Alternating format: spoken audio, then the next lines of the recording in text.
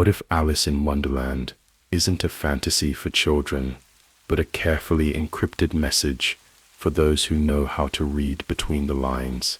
What if its absurd mirror world is not fiction, but a model of our own, where logic dissolves and truth hides behind paradox?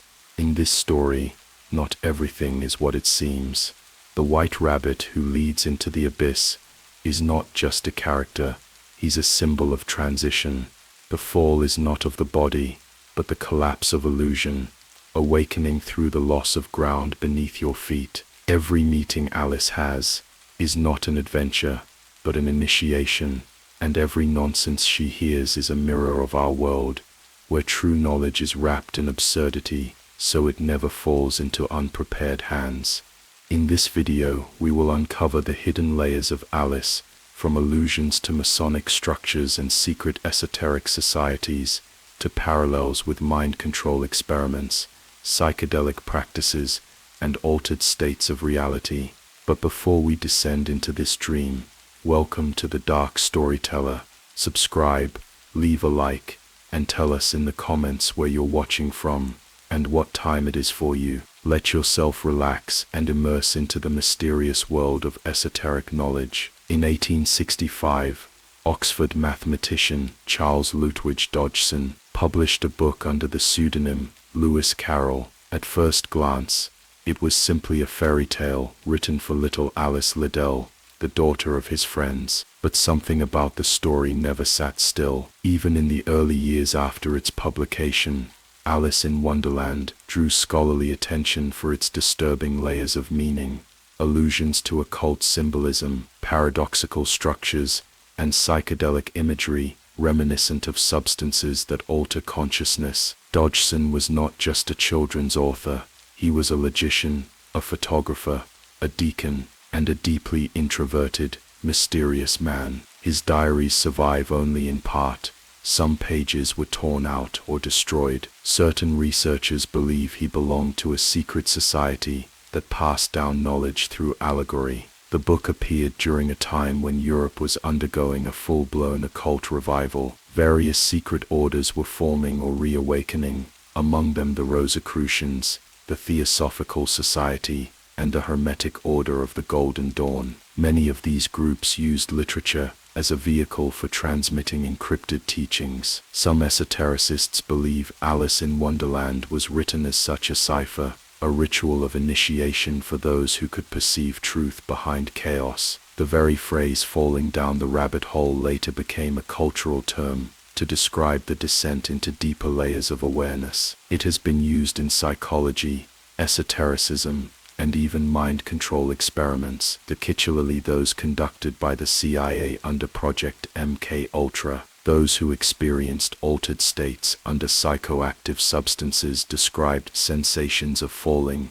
reality-shattering, and absurd encounters, terrifying and enlightening all at once. The imagery in Alice mirrors the experiences of the psychedelic journey: shrinking and growing, loss of self-boundaries, talking flowers, anthropomorphized nature, the never-ending tea party time distortion, and the constant question, who are you? A central theme in Ego Dissolution. Was the story influenced by psychedelics? No direct proof exists, but many researchers point out its visual and symbolic resonance with LSD, psilocybin, and belladonna, substances known and used even then. When Alice says nothing makes sense yet continues forward, it's not childish naivety, it's an esoteric principle. In chaos lies truth. Only those willing to destroy old concepts will access something new. Many esoteric traditions viewed absurdity as a necessary step in transformation, the breaking of rational thought to release intuition. That's why characters in Wonderland speak nonsense, but nonsense that carries symbolic weight. The Cheshire Cat, for example, is one of the most cryptic figures. He can disappear, leaving only his smile. This may represent the idea that form vanishes, but essence remains. He acts like a psychopomp, a guide between worlds. He offers no clear answers, only questions, forcing Alice to think for herself. In certain esoteric systems, such a guide is essential for initiation. One who does not lead, but simply shows the direction, and only if the seeker is ready. Time in this story is another character, Tir Kurutmat. The Mad Hatter says he quarreled with time, and now they are trapped in an endless tea party, a loop where everything repeats. This isn't just comic relief, it symbolizes the loss of connection with linear time. In many magical traditions, time was viewed as a force one could bargain with. It could be stopped, altered, or bypassed, but only under specific conditions. Losing that power leads to entrapment in an illusionary cycle, where every day is the same. Overall, Alice's story is not so much a journey through space, as it is a descent into the self, a path toward her own core through the destruction of false identities. At each stage, she meets characters that challenge her logically, emotionally, existentially. They are threshold guardians, figures who in occult traditions test whether a seeker is truly ready to proceed. If not, they return them to the world of illusion. So the question remains, who was Lewis Carroll, really? A brilliant storyteller, or a bearer of hidden knowledge, encrypted in a tale that a child might hear before sleep, but which an adult could use as a map to the unconscious? That's what we'll begin to uncover in the chapters that follow. But remember, every story has its price. If you've already jumped down the rabbit hole, there is no turning back. From here on out, things only get stranger. Over the decades, Alice in Wonderland has grown far beyond its initial perception as a whimsical tale for children. Like an ancient seed buried in plain sight, it germinated through time, reaching into psychology, mysticism, literature, and subversive culture. It became not just a book, but a key, a map, a cipher. And while children read it with amusement, adults began to look between the lines and found something else staring back. The world Carroll created is not just nonsensical, it is structured nonsense. Every distortion has meaning, every character, every rule-defying interaction, every irrational decision carefully layered to form a multidimensional tapestry that reflects back the madness of our own world. For over a century, this book has drawn the gaze of not only literary scholars, but occultists, Jungian analysts, and even intelligence theorists, who see in its pages a hidden manual for awakening. Psychologist Carl Jung never wrote directly about Alice in Wonderland, but many of his followers did. They saw in Alice's journey a classic individuation process, the descent into the unconscious, confronting archetypes, breaking illusions, and returning transformed. The white rabbit became a guide into the unconscious. The caterpillar was the voice of introspective doubt. The queen of hearts, a tyrant born of repressed shadow. The process is chaotic, but not meaningless. It echoes alchemical transformation, solve et coagula, dissolve the false self to reconstruct the true one. Esoteric schools across Europe noticed this pattern. Several occult manuals from the early 20th century reference Wonderland allegorically, calling it a mirror world, where the initiate meets himself in absurd form. Within the Hermetic Order of the Golden Dawn, whose members included W.B. Yeats and Aleister Crowley, references to Carroll's structure appear in cryptic notes, especially concerning symbolic inversion, a key principle in magical initiation, where one must see the world upside down to recognize its true face. As the century progressed, Alice became more than literature. She became a cultural icon. During the 1960s, the psychedelic revolution seized her story like a sacred text. Timothy Leary, a pioneer of LSD research, once compared the psychedelic experience to falling down the rabbit hole. In counterculture circles, Alice in Wonderland was passed around not as a children's book, but as a poetic roadmap through the shattered mirror of the ego. Jefferson Airplane's White Rabbit became a musical invocation, turning Carroll's words into psychedelic mantras. The term going down the rabbit hole became universally associated with altered consciousness, conspiracies, and the spiritual search for truth beneath the illusion. But it didn't stop there. Intelligence communities took notice. Declassified documents from MKUltra, a secret CIA project on mind control, reveal that themes from Alice were used symbolically in psychological manipulation techniques. Phrases like follow the rabbit, tea party, and changing size appear in experimental protocols. These weren't literary references, they were used as internal metaphors to destabilize perception, to break identity. Why? Because Wonderland represents a realm without logic, where rules are fluid and time is broken. To immerse someone in that state is to dissolve their anchors to reality, the first step in reprogramming the mind. Whether Carroll ever intended this or not, his work became a blueprint for unlocking or breaking human consciousness. In literature, Alice shattered boundaries between genres. It was surreal before surrealism, psychological before Freud, metaphysical without pretending to be religious. Vladimir Nabokov, who translated the book into Russian, admired its structural genius. Borges praised its timelessness. Literary critics called it a dream, written in code. But those immersed in the occult saw something deeper. To them, Wonderland is a closed system, a labyrinth, a realm ruled by dream logic, just like the astral plane. They noted how Alice is initiated, not through wisdom, but by confusion, not by truth, but by absurdity. Every character she meets gives her bad advice, speaks in riddles, or reverses morality. This mirrors the initiatory chaos described in texts like the Kybalion, the Book of Thoth, and even Gnostic scriptures, where the seeker must abandon reason to reach gnosis. In modern culture, Alice in Wonderland has become a recurring motif in media dealing with parallel realities, surveillance, and metaphysical control. From The Matrix, with its famous line, "Follow the White Rabbit," to video games, underground art, and conspiracy theories, the book is referenced not for whimsy,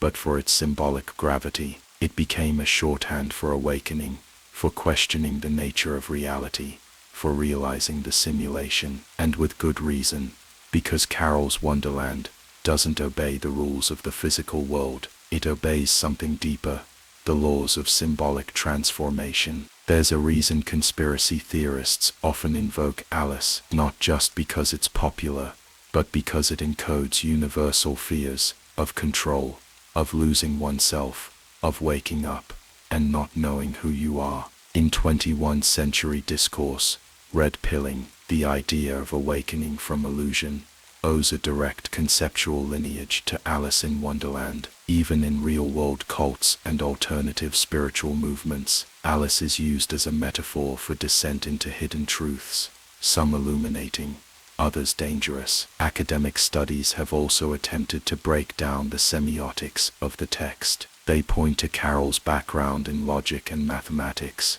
noting that the book systematically dismantles every foundational principle of rationalism. In one chapter, Alice recites a multiplication table, and it becomes nonsense. In another, she discusses moral lessons, and they unravel. The entire book seems to mock Victorian order, language, education, and social etiquette, while offering nothing in return but mirrors and riddles. And yet, the structure is intentional. The nonsense is purposeful. It's not chaos. It's designed disorientation, a ritual disguised as nonsense. It's no coincidence that Carroll, a mathematician, was obsessed with paradoxes. He created logical puzzles, still used today, in formal logic courses. His dream world was not lawless. It was ruled by inverse logic. That inversion is sacred to many esoteric systems. What appears absurd to the uninitiated is often a cipher of truth. The fool in tarot is the same.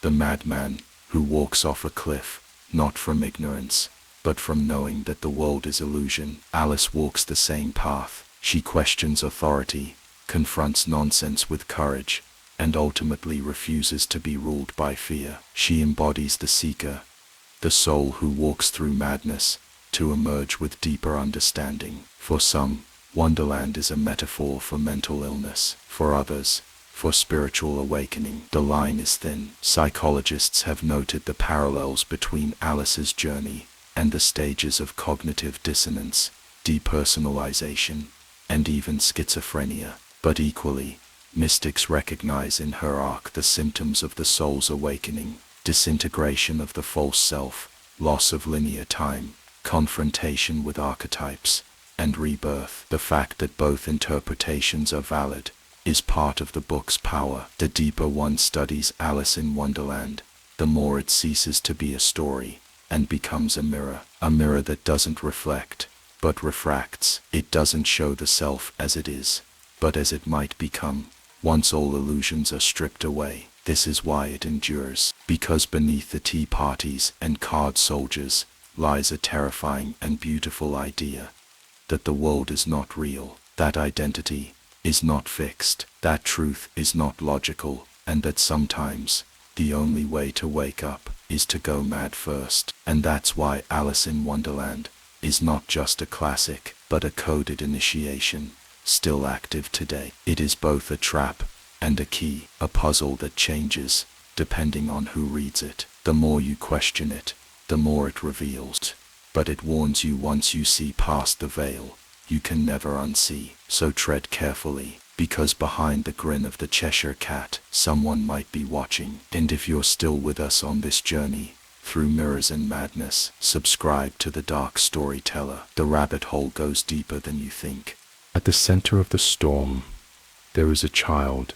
Alice, small and seemingly powerless, begins her journey not with knowledge, but with curiosity, and that is no accident.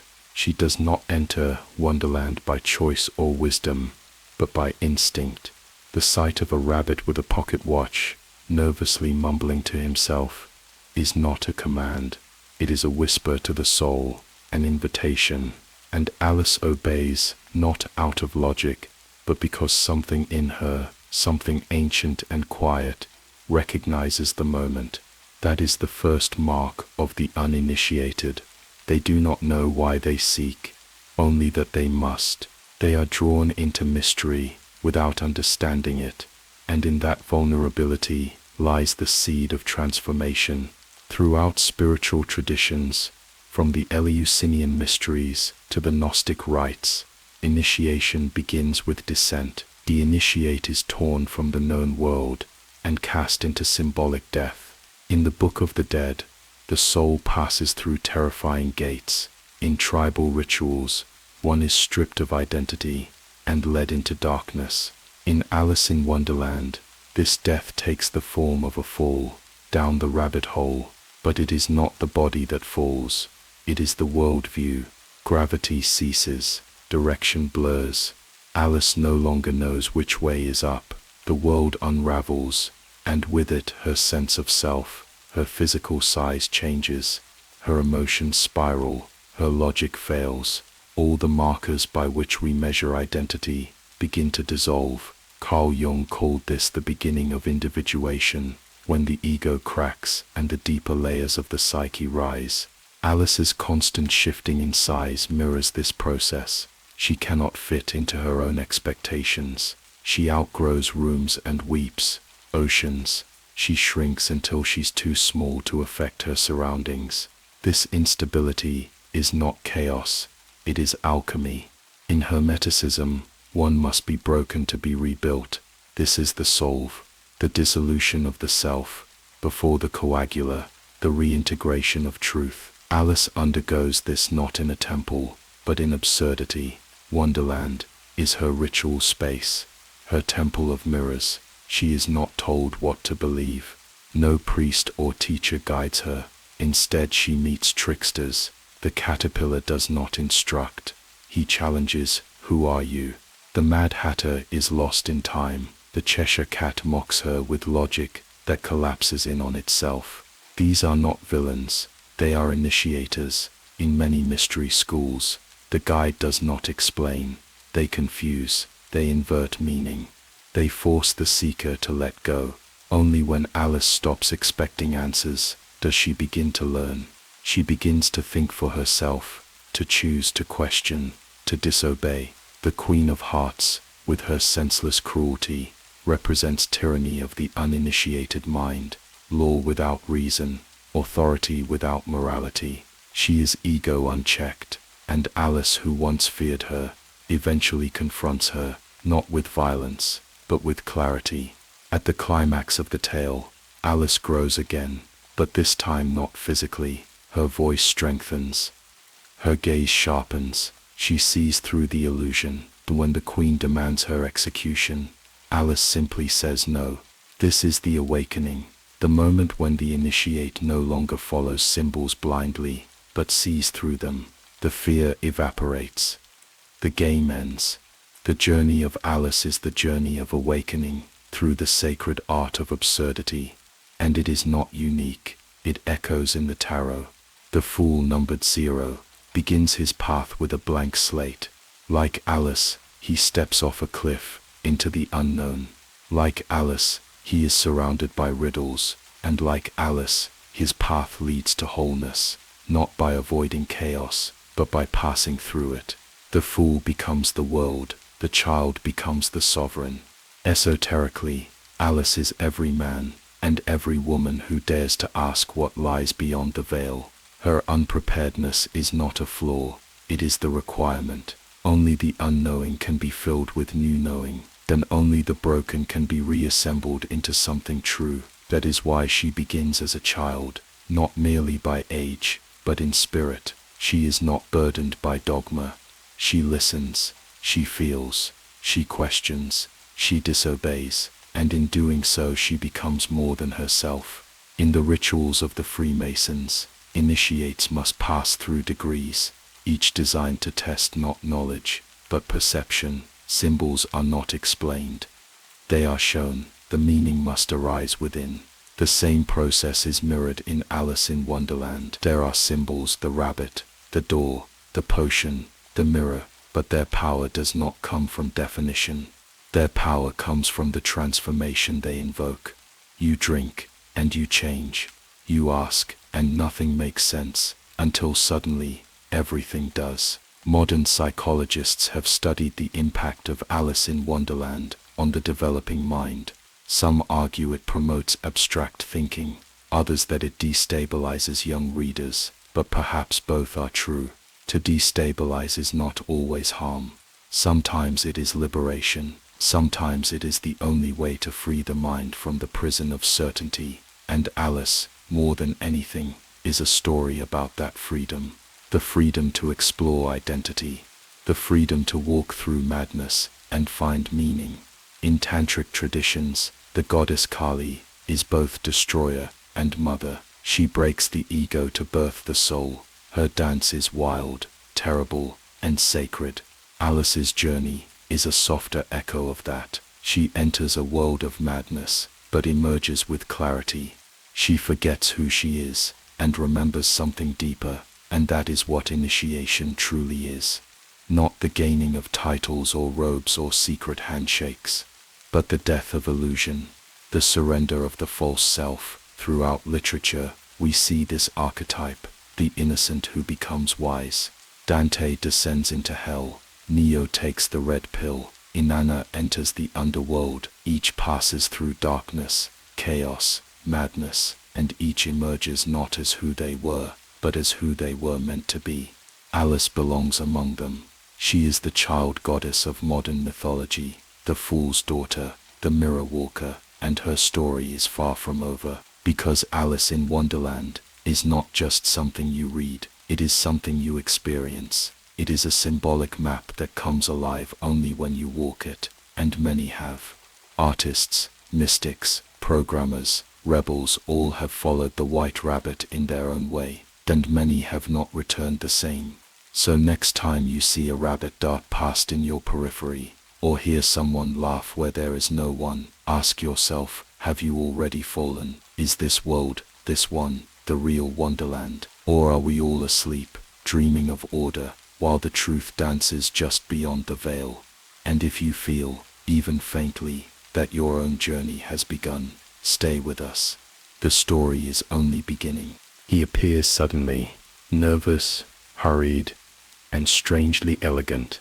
A rabbit in a waistcoat, muttering to himself about lateness, and yet his presence halts time.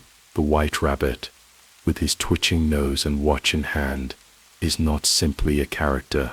He is the moment the world shifts, the threshold guardian, the chime before the dream, the guide between realms. To the untrained eye, he is a comic absurdity, but to the initiate, he is a psychopomp, a sacred figure in disguise, echoing the ancient messengers of transformation. Hermes, who moved between Olympus and the underworld, Anubis, who led souls through Duat, Virgil, who guided Dante through hell. In every myth, there must be a guide, and the white rabbit fulfills this role with deceptive subtlety. He does not beckon, he does not explain, he simply runs. But his path is unmistakable, and Alice, compelled by instinct deeper than thought, follows. That first moment, the act of following, is initiation in its purest form. The rabbit hole is not merely an entrance, it is the collapse of the known, a vertical descent into the unknown self. Psychologically, it mirrors the call to individuation. Spiritually, it echoes the soul's journey into the archetypal world, the astral plane, the dream field, the shadow of reality. The moment Alice falls, reality unbinds, time stretches, direction evaporates, the world she knew fractures into symbols, and at the center of it all, the white rabbit continues running.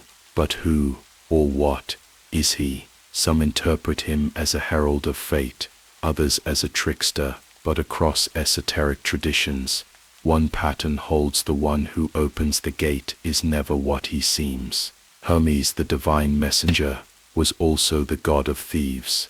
Anubis, jackal-headed and feared, was also a protector. These beings blur lines between good and evil, truth and lie, life and death. The white rabbit fits this pattern. He is harmless, yet haunting, helpful yet elusive. He leads, but never waits. His eyes flicker with worry, as if he knows more than he can say. And perhaps he does.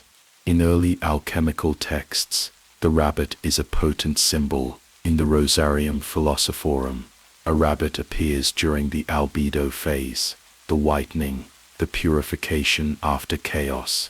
It is a sign of readiness to transcend.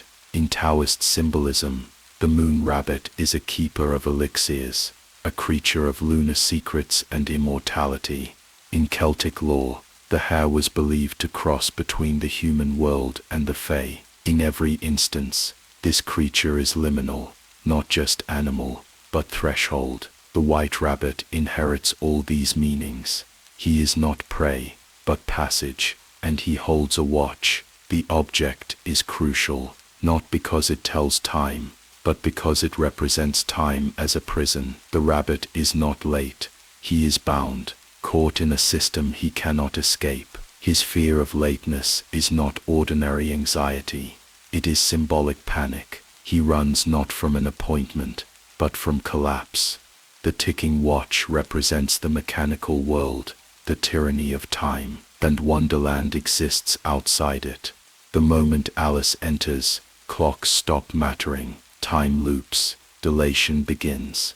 The hatter is trapped in tea time. The queen executes for being early. The world becomes temporal chaos, and yet the rabbit continues to check his watch. He is the last link to order, running through a world that has abandoned it. In many esoteric traditions, the first guide is not the highest. The white rabbit does not offer wisdom. He does not explain the rules.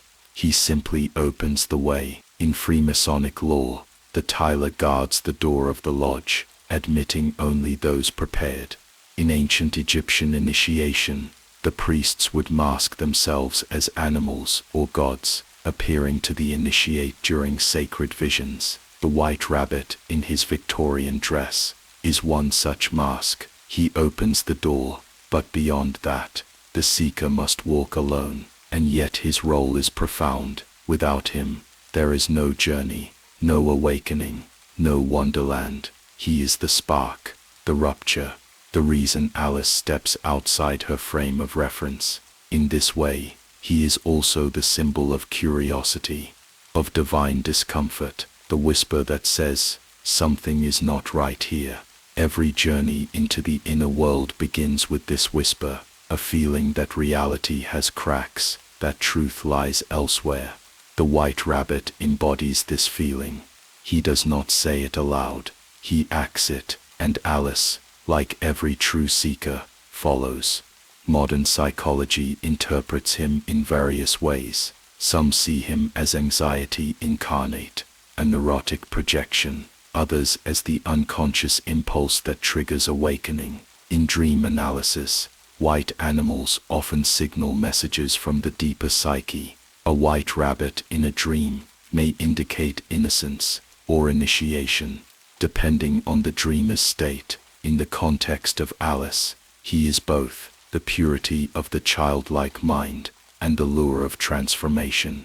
But not all who follow are ready. The rabbit is not responsible for what comes next. He offers no protection. He does not return. He is not a friend, not in the human sense. He is function, catalyst, flame, and for many, that flame is too bright. Those who descend unprepared may not return. In modern spiritual traditions, the rabbit hole has become a symbol of conspiracy, of unraveling narratives, of plunging into truths that tear apart the comfort of belief. QAnon, among others, co-opted the term, but the symbol is older, deeper. In ancient rites, descent was never safe. The white rabbit's gift is not comfort, it is collapse. In the 20th century, artists and mystics alike recognized the rabbit's role. Salvador Dali, obsessed with dream logic, saw Alice's journey as the descent into subconscious archetypes. His illustrations for Alice in Wonderland were deliberately distorted, bending lines like synaptic hallucinations. In esoteric art, the rabbit reappears, often near portals, windows, tunnels, always near a boundary, always on the edge of the real. And so we ask again, who is he? Perhaps he is a part of us, the part that suspects there is more, the part that notices the glitch in the pattern, that feels the dissonance in the song of daily life. He is the voice that says, wake up, but he says it through action, not through explanation. You must follow or remain. There is no middle path, and once followed, he does not return. The rabbit is not with Alice when she faces the queen. He does not comfort her when she weeps. His role ends at the gate. Like all true guides, he vanishes after the door opens, because initiation must be walked alone, because truth cannot be carried, only discovered. And perhaps that is his final lesson, that no one will save you, that no guide is forever, that every awakening begins with a choice, to chase what others ignore, to risk falling, to risk not returning, to trade certainty for wonder. And so the next time you see something that doesn't belong, something strange, fleeting, absurd, don't dismiss it. Look again, listen. It may be a whisper from the other side. It may be the white rabbit. And if your heart stirs, even faintly, follow. Because those who follow the rabbit never walk the same path again. She falls, not with a scream, not with fear, but with a strange, almost calm bewilderment, a gentle spiral through layers of unreality. Her descent is slow, prolonged, filled with shelves, maps, clocks, jars of marmalade, a fall through fragments of logic and civilization. But this fall, deceptively quiet, is not physical. It is psychological, spiritual, alchemical. To fall down the rabbit hole is not to tumble through space. It is to plummet into the subconscious, into the underworld of the self, into shadow. The rabbit hole is a wound in reality, a fracture in the surface. It opens not out of accident, but necessity. In every esoteric tradition, transformation begins with a descent. The Greeks called it katabasis. In alchemy, it is the nigrido, the blackening, the moment all known forms break down. In Jungian terms, it is the confrontation with the shadow, and in Alice in Wonderland, it is the passage from the waking world into the madness of meaning, a world where symbols reign and logic bleeds. The rabbit hole is a cipher, a portal, an invitation to dissolve. There is no ladder, no control. Once Alice enters, she surrenders agency, the descent is inevitable, and her sense of orientation collapses. Up and down lose meaning. Like the soul entering dream, she floats, half observing, half transforming. This is not chaos. This is necessary, unmaking. In myth, heroes enter the belly of the whale, Jonah, swallowed and waiting. In Dante's Inferno, the poet descends through the 9 circles. In the Tibetan Book of the Dead, the soul journeys through terrifying visions. Alice's journey is gentler, stranger, but no less profound. She is being stripped of certainty, of ego, of the illusion of control. She passes shelves, books, memories of her world, childhood toys and maps of foreign lands, symbols of knowledge and innocence, all drifting past, unreachable. This is the letting go, the loss of the rational mind, the moment the conscious self surrenders to the deeper forces within. The jars she sees are labeled, but empty, like concepts that once held meaning, but are now hollow. This is the philosopher's moment of crisis, when names no longer explain, and language begins to dissolve. Alchemists called it the black stage, because it was dark, confusing, and full of decay. But only through that darkness could the true self be born. The deeper she falls, the more surreal her surroundings become. Time distorts, memory fragments. She tries to recall geography, logic, math, but they slip through her fingers. She is not losing intelligence. She is shedding the constructs that once contained it. The ego resists, tries to hold on to definitions, but Wonderland does not respect definition. It respects transformation. And so Alice forgets. She forgets not because she is weak, but because she is entering a space where remembering is a hindrance. The subconscious does not speak in facts. It speaks in symbols, riddles, metamorphosis. This is why everything in Wonderland feels familiar and alien. Characters speak in riddles, logic inverts, identity blurs. It is not insanity, it is dream logic. The language of the psyche. In psychological terms, Alice is passing from the conscious into the unconscious, from the structured left brain into the fluid right, from persona to soul. The rabbit hole is the spiral staircase into the cave of the self, the place where fears and truths sleep side by side. In the Mithraic mysteries, initiates pass through 7 gates of transformation, descending deeper into symbolic death. In the Egyptian underworld, the soul encountered monsters, gods and trials, each representing a part of the self. In the Divine Comedy, each circle of hell revealed a deeper sin, but also a deeper truth. Alice's fall is a modern echo of these ancient paths. Her underworld is absurd, yes, but behind every absurdity is a hidden law, a deeper lesson. But to reach it, she must first descend, and descent is not safe. It unearths what we have buried. The rabbit hole in this way is also a trauma, a rupture, the entry into shadow work. Many readers recall the fall with wonder, even envy. But in reality, few dare to descend. It is easier to remain on the surface, where clocks tick and logic rules. To fall is to leave comfort, to question everything. And that is what Alice does, even if she does not yet know it.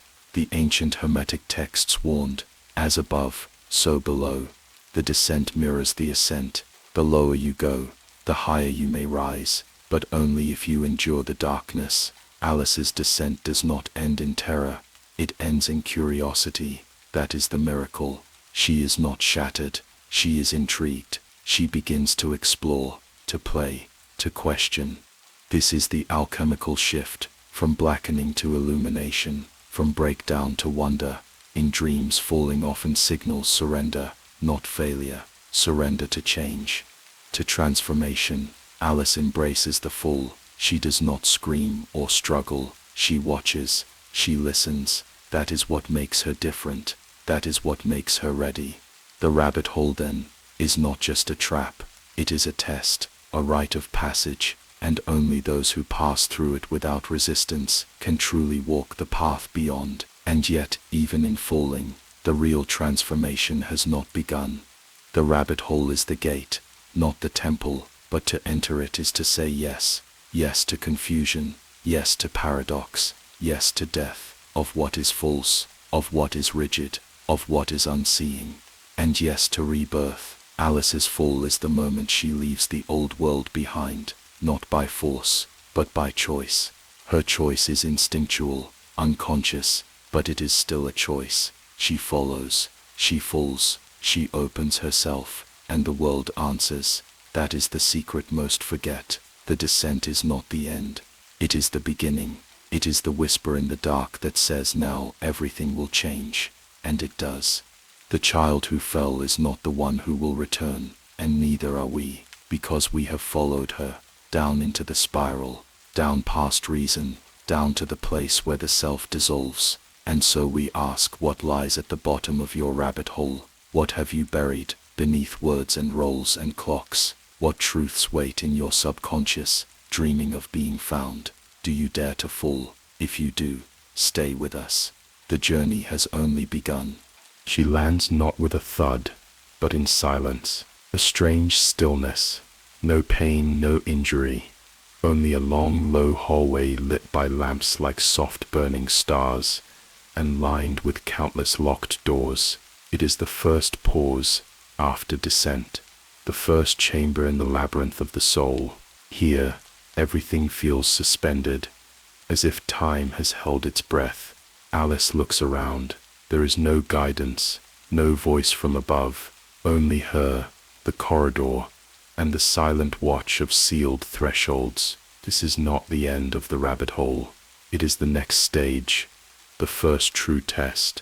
In the ancient mysteries, this would be the gate of passage, the place where the initiate, freshly torn from the world of form, must prove herself worthy of transformation. In Masonic ritual, initiates are blindfolded and led to a door they cannot open. In alchemy, the sealed vessel, the vase hermeticum, represents the closed world of transformation. No light enters, no one helps. The trial is personal. The hallway before Alice mirrors this perfectly. So many doors, so many paths, but none accessible. She tries the handles, all locked. Panic might arise in another, but Alice is still wrapped in curiosity, and that is her gift. She does not rage against the trial. She observes, she waits, then she finds it. A small table, impossibly delicate, and upon it, a golden key. She takes it eagerly, only to discover it opens none of the doors she just tried. A cruel puzzle, or a test of patience. She returns, and now notices something she had not seen before. A tiny door, almost invisible behind a curtain. The key fits, but she is too large to pass through. Another dead end. No, another veil. A new lesson. In the ancient chemical wedding of Christian Rosenkreutz, the alchemical initiate must choose between paths he cannot yet enter, and trials he does not yet understand. So too here, the key is not useless, the door is not unreachable, but something within her must shift, and then it appears, the bottle, clear glass, a label reading simply "Drink me." There is no explanation, no reason to trust it, and yet in initiation, trust is everything, not blind faith, but surrender. The label does not say what the drink will do, it only suggests that it must be done. In esoteric literature, this is the sacramentum, the sacred act that defies logic, a gesture of obedience to mystery itself. Alice drinks, and the world changes. She shrinks, the room expands, The proportions collapse, the laws of physics retreat. Her body, once familiar, now transforms at the whim of a potion. She becomes small enough to fit the door, but in the process, loses her grasp on control. Her size, her power, her agency, all dissolve. This is not punishment, it is initiation. In mystical traditions, ego death is necessary before rebirth. The self must lose its former shape. To access a new realm, the act of drinking is a choice, a ritual of release. She relinquishes authority over her body, her mind, her identity, and with that, she gains access to the inner world. But the trial is not over. She forgets the key, left on the table, far above her now, inaccessible. She is small, helpless, with no way to reclaim what she needs. This pattern repeats. She eats a cake, grows too large, then too small again. She weeps, and her tears become an ocean. The loss of proportion mirrors the loss of ego stability. In psychology, this resembles a liminal state, where identity is in flux, and the psyche reorganizes itself. In alchemical symbolism, this is the solve et coagula, dissolve and rebind. The old form must break apart before the new can solidify. Each transformation is uncomfortable, absurd, frightening, but each one is necessary. This is the essence of initiation, the stripping away of control. She cannot choose when she grows or shrinks. She cannot predict the outcome of her actions. She learns that power lies not in domination, but in adaptation, in trust. The hallway teaches this lesson. With every door, every shift in size, every moment of helplessness, and still, she moves forward. The drink me bottle is not just a whimsical object, it is a sacred vessel. In Gnostic texts, potions often symbolize secret knowledge. In Vedic traditions, Soma was the divine drink of immortality. In Christianity, the Eucharist transforms bread and wine into divine presence. In all cases, consumption is transformation. The outer world enters the body, and the soul is changed. When Alice drinks, she takes in the mystery. She becomes part of the dream. But the chaos that follows is not accidental, it is engineered. In mystery schools, the initiate is disoriented on purpose. They are overwhelmed, confused, tested. The rational mind must be unseated. Only then can higher truths emerge. Alice, in her growing and shrinking, her weeping and floating, becomes the perfect metaphor for this stage. Her logic is failing, but something else is awakening. A deeper intuition, a dreamlike awareness that allows her to navigate a world no longer bound by Newtonian laws. And what of the key? The golden key is the symbol of access, of earned passage. In esoteric imagery, gold represents spiritual purity, achieved only through fire. Alice cannot simply take the key and walk through. She must pass through distortion first, through imbalance. She must prove that she can endure confusion without surrendering to despair. When she finally aligns her size with the door, when the key is in her grasp and the way is open, that is the moment of true initiation. She does not open the door with force. She opens it through transformation. This lesson is ancient. In the Eleusinian mysteries, initiates experienced simulated death and rebirth. In the Egyptian Book of the Dead, the soul answered riddles to pass through gates. In Tibetan Tantra, the ego is visualized, dissolved, and reformed through ritual. Alice's hallway is a modern echo of these ancient rites. She faces no monsters, no demons, only herself, her impatience, her assumptions, her limits, and slowly, she begins to understand. Wonderland is not trying to kill her, it is trying to prepare her. It is reordering her mind. Her size changes are not random. They teach her to observe without panic, to think beyond cause and effect, to embrace fluidity. Each shift in size is a shift in perspective. How different the world looks when she is small, fragile, full of danger. How powerful she feels when large, and yet how clumsy. There is no perfect size, no stable self, only motion. and awareness. This is the secret of the ritual, to teach her that she is not her body, not her role, not her logic. She is something more, a witness, a consciousness capable of change, and only when she stops fighting the changes does the path reveal itself. The small door opens, the garden beyond glows like a memory of paradise. She does not walk through it yet, but she has earned the right. In this moment, Alice is no longer the girl who followed the rabbit. She is the seeker, the one who drinks without knowing, who weeps and laughs in the same breath, who shrinks and grows and still walks forward. She has passed the first trial, the gate has opened, the dream is deepening, and we, watchers of her dream, are asked the same question. What bottles have we refused to drink from? What doors have we failed to enter because we feared losing control? How many times have we stood in the hallway of our own minds, surrounded by locked doors, refusing the ritual that would set us free? If Alice teaches us anything, it is this: initiation begins with surrender, not to madness, but to mystery. And once surrendered, we begin to see. The keys are always nearby. The door was never truly locked, only we were. If you're still with us, you've already taken a sip of the unknown. Keep going. The next door is waiting. Smoke coils upward, like thoughts unspoken. The forest hums in an alien rhythm, not of danger, but of strangeness. Trees lean in, like silent witnesses, and on a mushroom sits the caterpillar, serene, ancient, blue, smoking a hookah with the grace of a being who exists outside time. His eyes, half-lidded, do not move. As Alice approaches, he doesn't greet her. He doesn't ask what she's doing. He asks only one thing: who are you? The question falls with the weight of a mirror. It's not just a greeting, it's a confrontation. Alice, who has shrunk and grown, who has laughed and cried, who has been questioned by logic and bullied by riddles, suddenly has no answer. She stammers. She tries to explain, but nothing fits. The truth is that she no longer knows.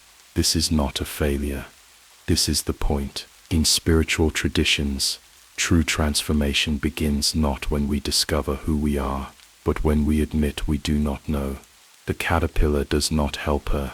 He offers no comfort, no explanations. Instead, he smokes, he waits, he watches her wrestle with the weight of the question. In Zen Buddhism, this question is a koan, an unsolvable riddle meant to disrupt the thinking mind. In Gnosticism, the path to salvation begins with gnosis, knowledge of the self. In Jungian analysis, individuation begins with the shattering of identity. The caterpillar embodies all these roles. He is not a teacher. He is a mirror, and like all true mirrors, he is not kind.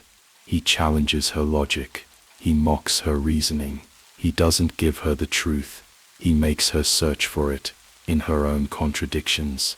This is the role of the esoteric mentor, not to provide answers, but to provoke questions that dissolve illusions.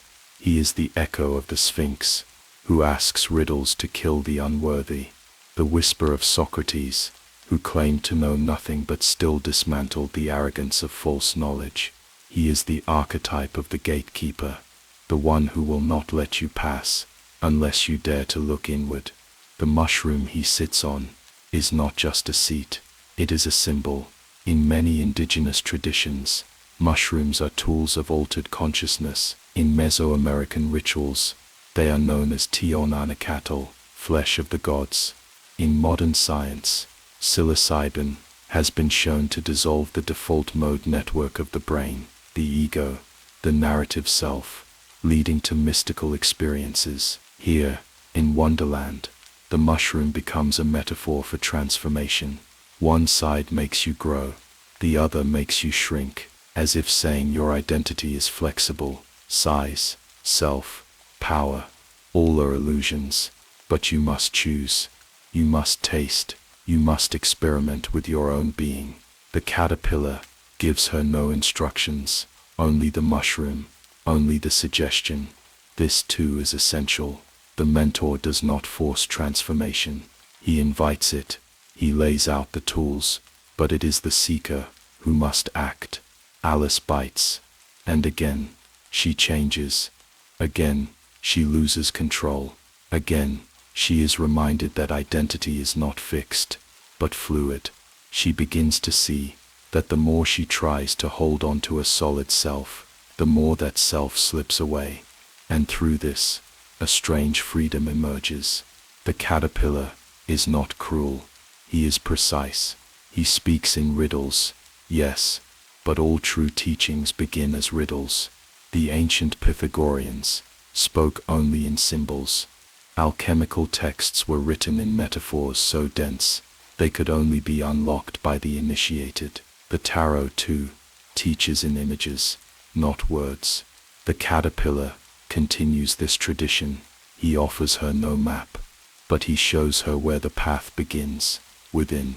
The hookah, he smokes, is not incidental.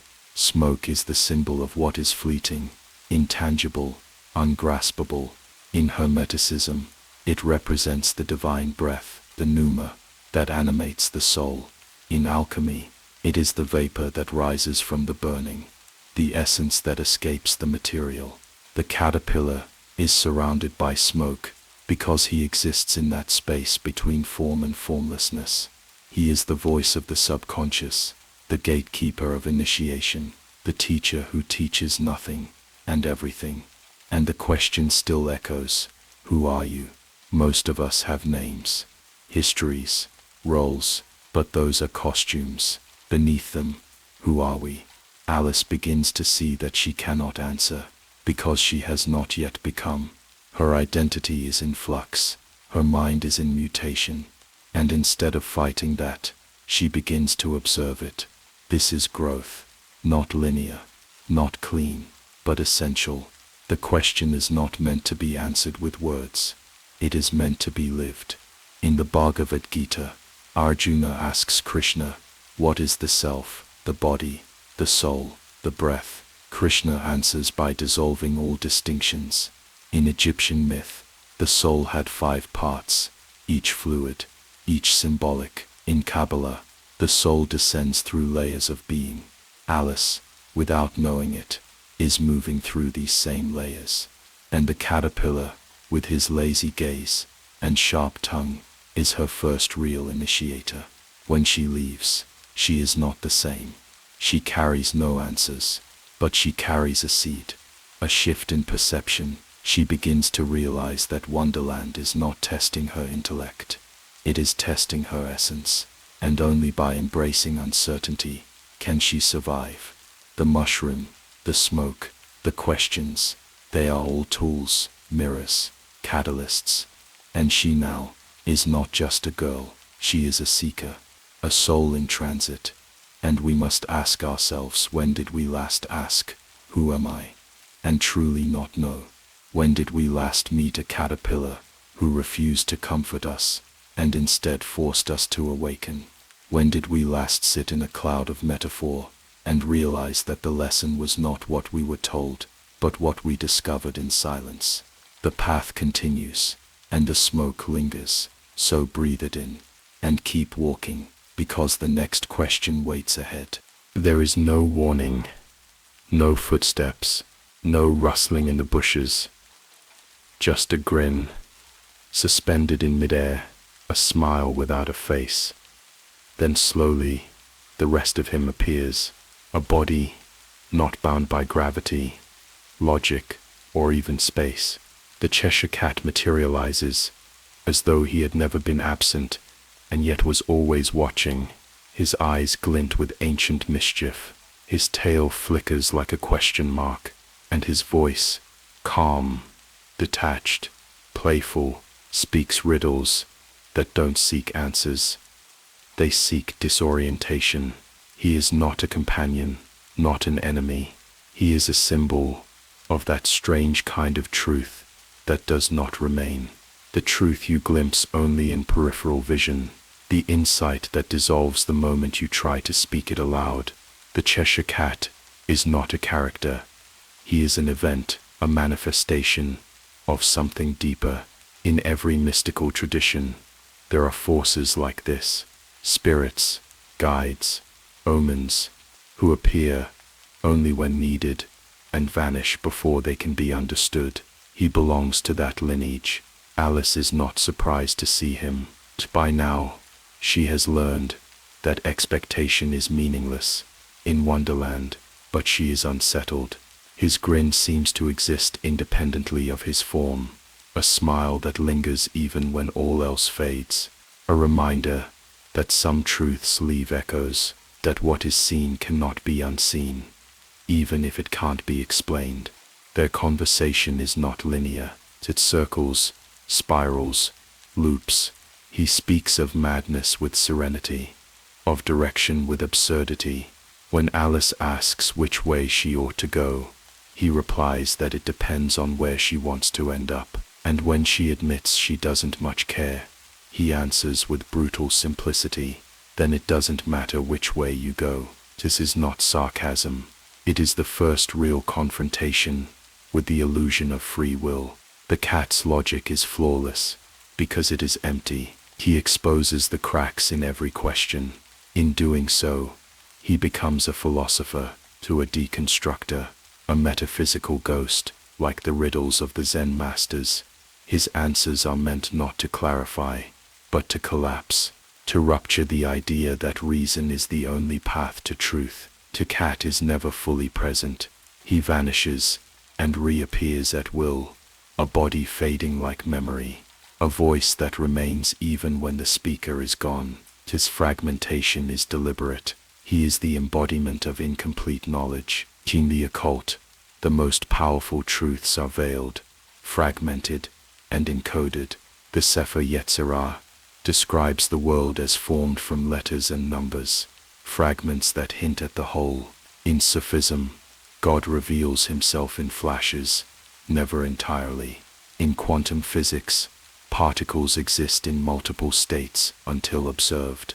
In dreams, meanings shift each time you try to fix them in place. The Cheshire Cat lives in that liminal space, between knowing and forgetting.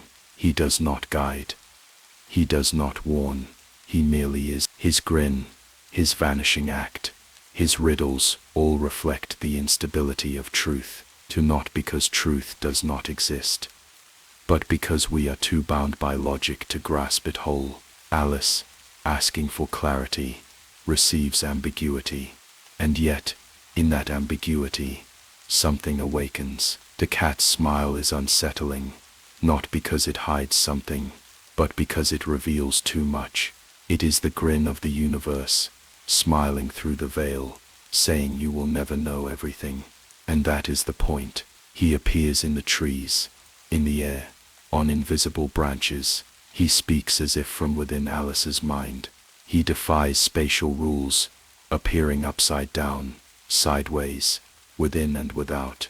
In symbolic terms, he is the trickster, the archetype found in every myth system. Loki in Norse myth, Hermes in Greek, Coyote in Native American tales. The trickster is never stable, never trustworthy, but always essential. He brings chaos, but within it, seeds of revelation. The Cheshire Cat, like Hermes, is a boundary crosser. He moves between realms, between sanity and madness, between appearance and absence. He is also the guardian of paradox. He tells Alice that everyone in Wonderland is mad, including her. But then he smiles wider and asks, "How do you know I'm mad?" He answers his own question, "You must be, or you wouldn't have come here." This is not nonsense. It is initiation. The madness he refers to is not illness, but the state of one who has seen beyond consensus reality. In psychological terms, the cat is the subconscious voice of the awakened mind, the one that knows logic is a cage, that language is a net thrown over a sea of infinite meanings. In esoteric teachings, this figure appears again and again, not to lead, but to destabilize. In the tarot, it is the fool, the zero, the infinite.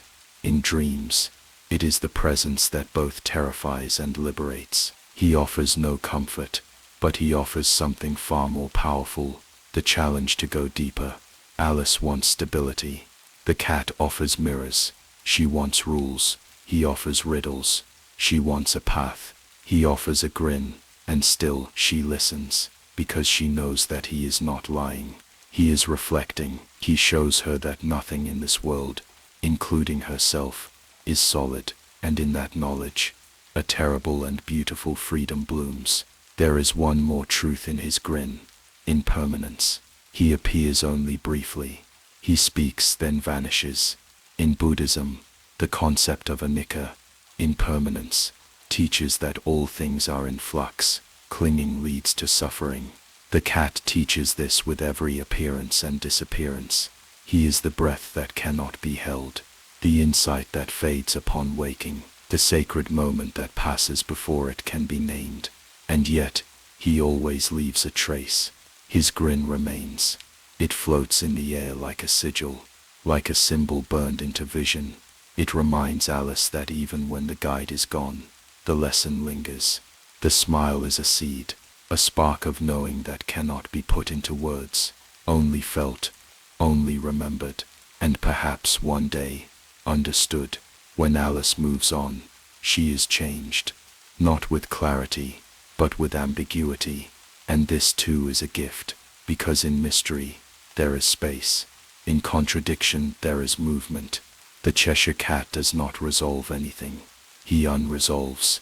He opens doors not to answers, but to better questions. And we, watching this strange creature fade in and out of existence, must ask ourselves, what truths have we glimpsed and let go of? What grins have lingered in the corners of our minds, long after the words have faded? How much of what we call madness is merely a refusal to see with different eyes? The cat does not care. He grins because he knows truth cannot be possessed.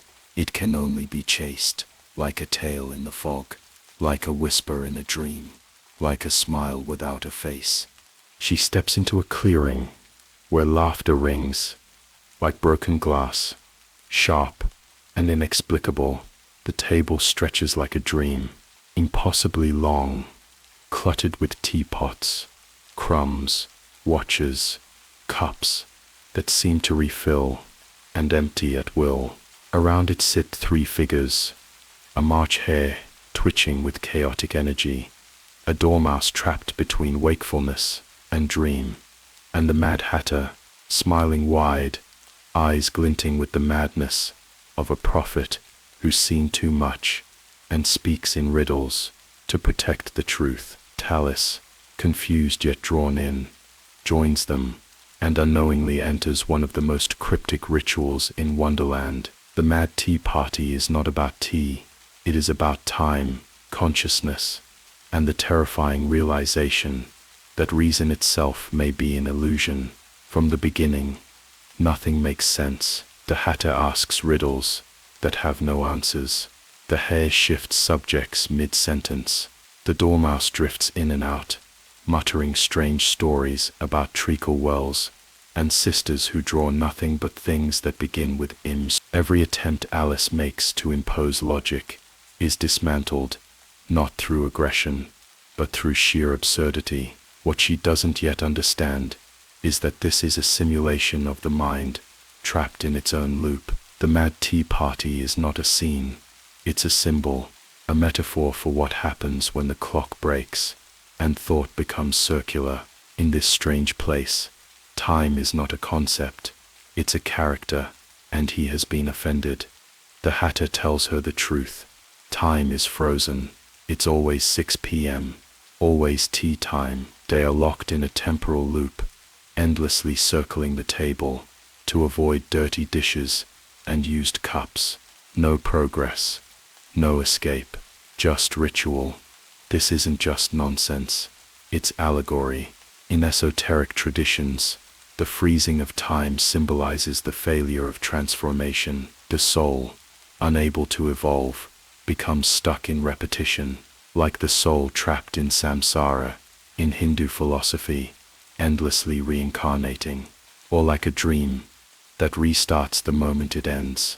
The broken watch the Hatter pulls out filled with butter and tea, isn't broken because it's damaged. It's broken because it refuses to obey linear time. It represents a perception of time that is fluid, irrational, disobedient. In Hermeticism, time is considered illusory. Chronos, clock time, and kairos, spiritual time, are fundamentally different. And kairos, transformative time, cannot begin because no one is moving inward. The tea party becomes a purgatory, not of punishment, but of stagnation. Alice, who has been moving through Wonderland, trying to understand it, now finds herself in a place where understanding is the enemy. Logic doesn't help, questions are mocked, answers are useless. The Hatter's famous riddle, why is a raven like a writing desk, is never answered, because it was never meant to be. It is a trapdoor to the unconscious, like the Sphinx's question in Oedipus's myth. Answer it wrong, and you die. Answer it right, and you are never the same. But here, the trick is, there is no answer, only disorientation. Why? Because this is how the mind works when it cannot evolve. In psychology, repetition compulsion is a phenomenon where trauma forces the mind to relive the same patterns, unable to break free. The Tea Party is a dramatization of that cycle. The characters are caught in behavioral loops, emotional fragments. The hare's manic energy reflects panic without direction. The dormouse's sleepiness suggests dissociation, a withdrawal from pain. The Hatter, he's the conscious mind, aware enough to speak but not enough to break the spell. He's the mad genius archetype, part trickster, part philosopher, part prisoner. What makes it worse is that no one seems to want to escape. This is a key insight. In many esoteric teachings, the soul remains trapped, not because it is forced, but because it has forgotten how to move. The table is not a prison. It is a circle, a wheel, like the alchemical Ouroboros, the serpent eating its tail. It is a symbol of cycles that feed themselves. But unlike the Ouroboros, which can represent rebirth, this circle has no transformation, only stasis. And what of the tea itself? A substance associated with ceremony, with mindfulness.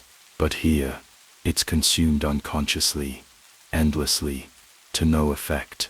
The ritual has lost its meaning. The repetition has lost its depth. In many ancient rites, from Kabbalistic chanting to Buddhist tea ceremonies, the ritual is meant to induce higher awareness.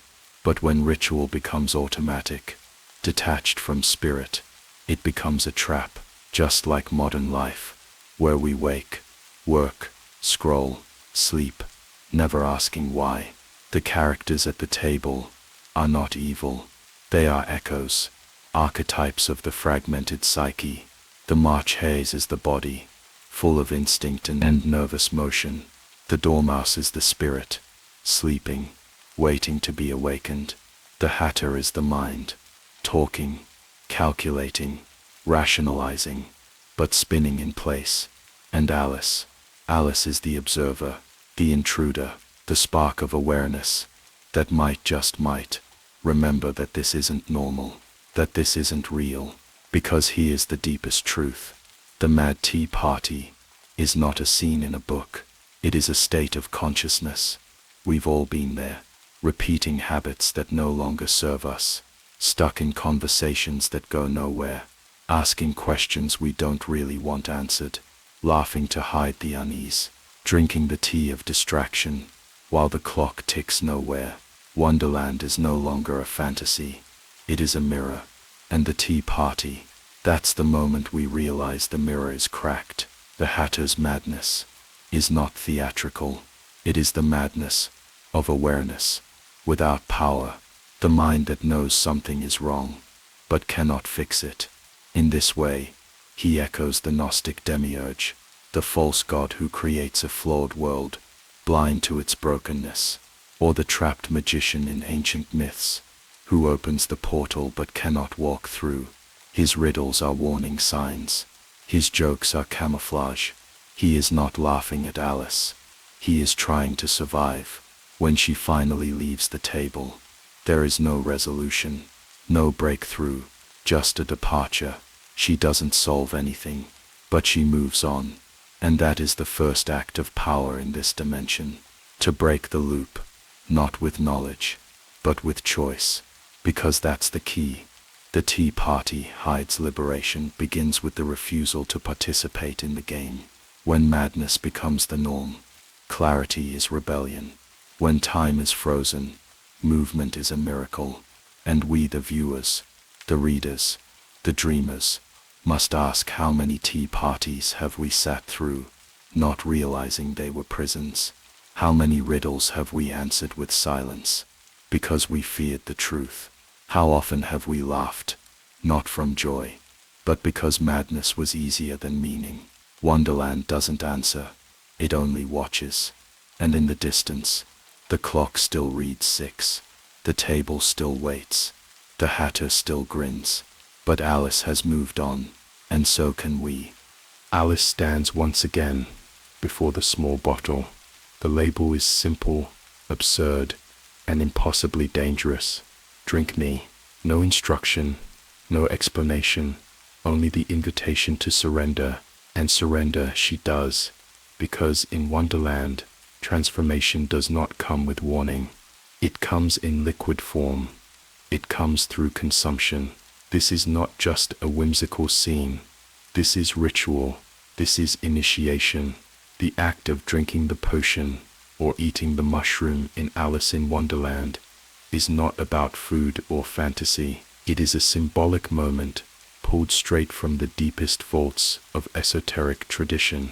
In nearly every ancient mystical system, the path to inner knowledge involves altered states. The alchemists knew this, the shamans knew this, the mystery schools knew this, and Lewis Carroll, a man obsessed with logic, mathematics, and paradox, knew how to encode it in plain sight.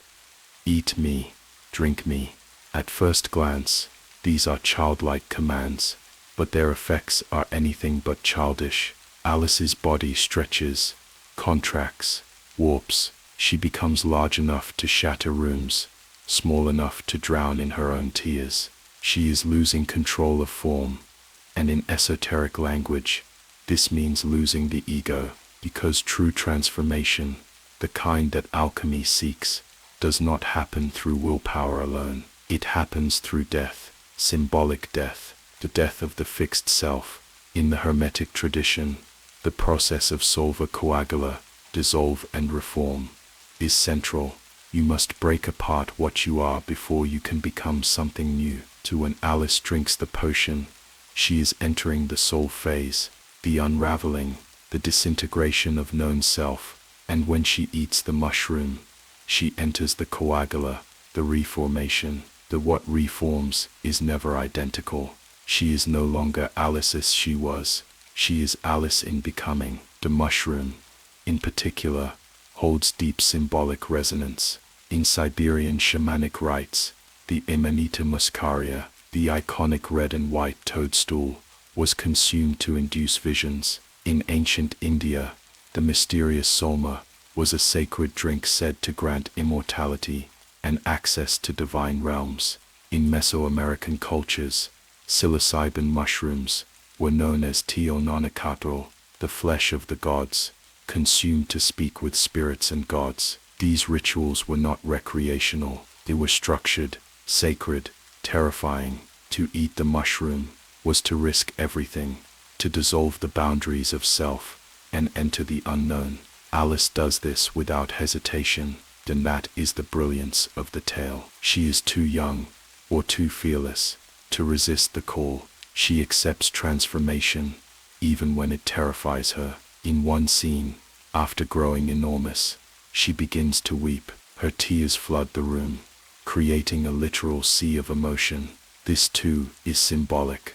When the ego dissolves, when the boundaries collapse, the unconscious rushes in like water. The tears are not sadness, they are baptism. Each substance she consumes is an elixir, and each elixir comes with a price. In traditional alchemy, the transformation of base metals into gold was never the real goal. That was a metaphor for the transformation of the soul. The prima materia, the raw material, was the unrefined self. Through fire, dissolution, separation, fermentation, and coagulation, the alchemist sought to create the lapis philosophorum, the philosopher's stone, not a rock, a state of being. Alice's journey mirrors this process.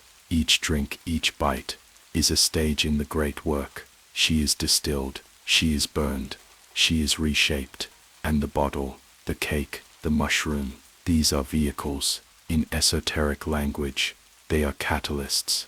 Like the Eucharist in Christian ritual, like the ayahuasca brew in the Amazon, like the blue lotus wine of ancient Egypt, substances become sacraments. They are ingested not to escape reality, but to pierce its veil.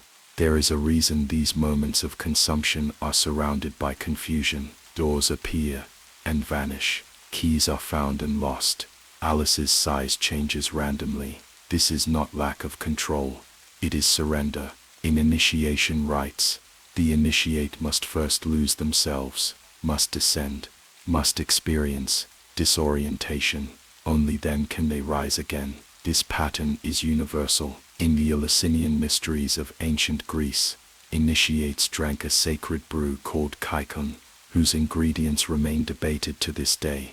What is known is that it induced profound visions, a simulated death and rebirth, much like Alice's journey through size, form, and identity. But what of the danger? What of the madness? Because these substances, whether symbolic or literal, are not toys. They fracture reality. They open gates, and sometimes those gates do not close easily. Carroll himself was fascinated by altered states. While no definitive evidence proves he used psychoactive substances, his personal diaries and mathematical writings reveal a man obsessed with paradox, infinity, and the limits of perception. He created characters that embody mental fragmentation. The queen who screams before the crime is committed, the cat who vanishes before answering, the hatter who murders time. This is not whimsy. This is initiation. Alice, by ingesting the substances offered to her, is stepping outside the clock, outside consensus, outside herself. And this is the terrifying truth at the heart of the story. Transformation is not safe. It is not linear. It is not clean. It requires the sacrifice of certainty. When she consumes the mushroom and finds herself growing a neck so long, she loses sight of her body. She cries. It's no use talking to him, referring to a pigeon who mistakes her for a serpent, but she might as well be speaking of the world itself. When one crosses the veil, communication becomes fractured, language breaks, identity frays. This is the essence of the mystic path, and yet, she persists. She consumes, she transforms, she keeps moving, because underneath the madness is method, beneath the chaos, a pattern. In alchemy, it is said, Visita interior terrae rectificando in vinis, occultum lapidem. Visit the interior of the earth, and by rectifying, you will find the hidden stone.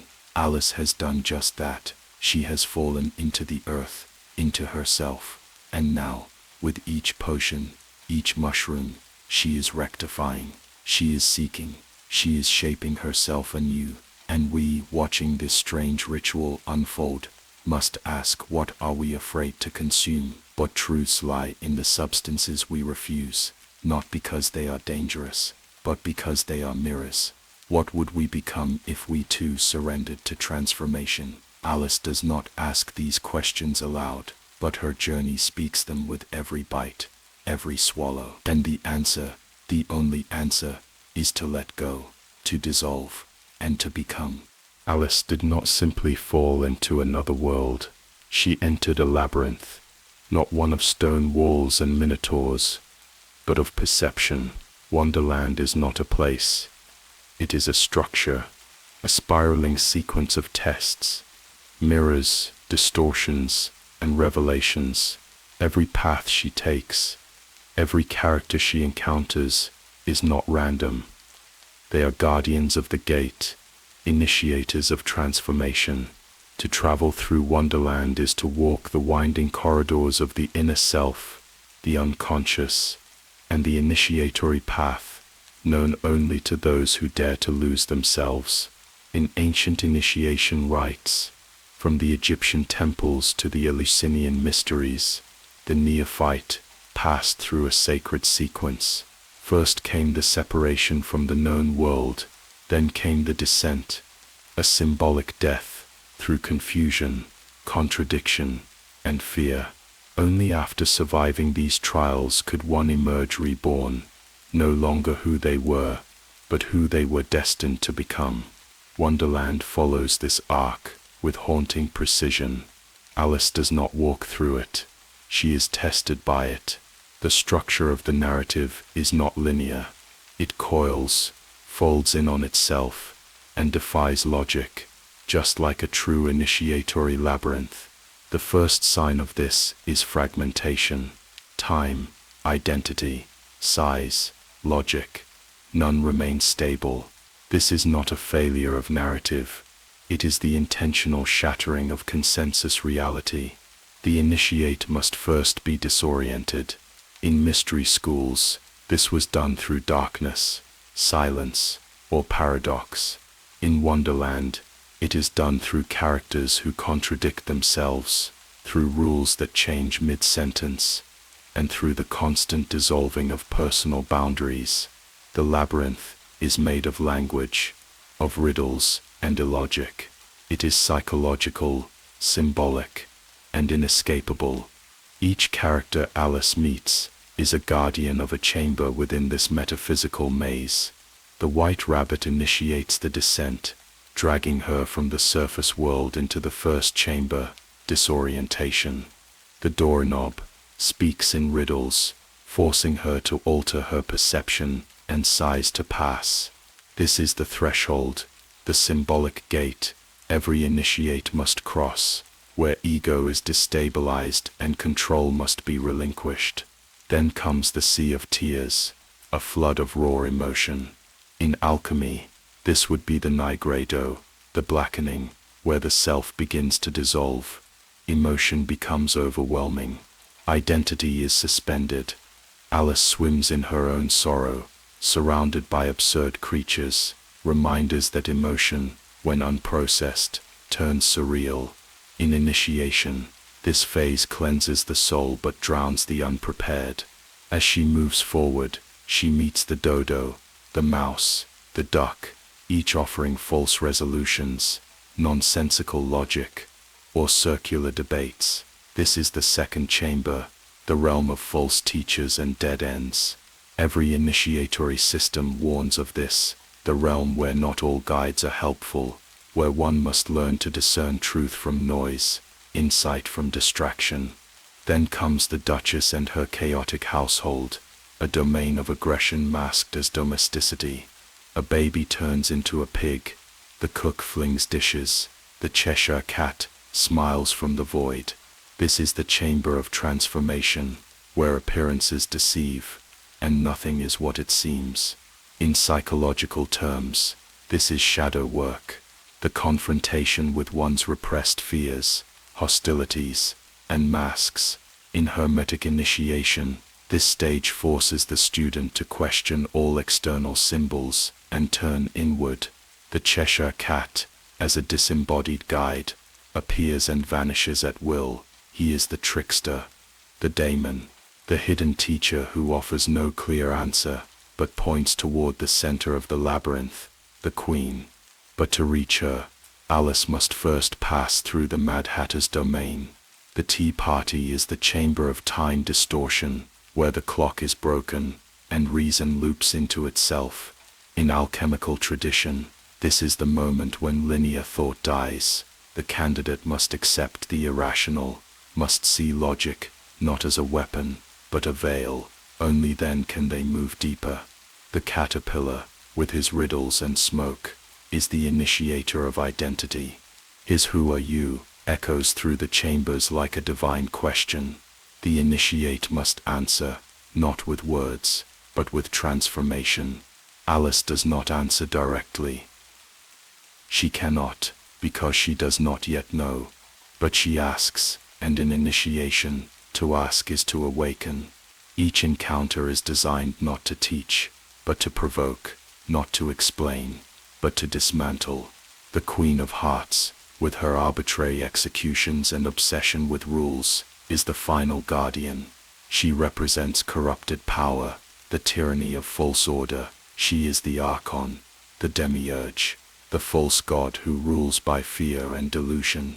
In ancient Gnostic systems, this figure traps souls in illusion. To defeat her is not to kill, it is to disbelieve.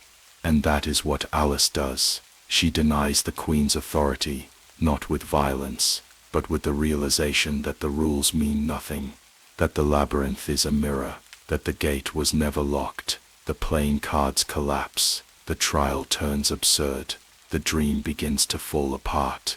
This moment, the realization, is the key.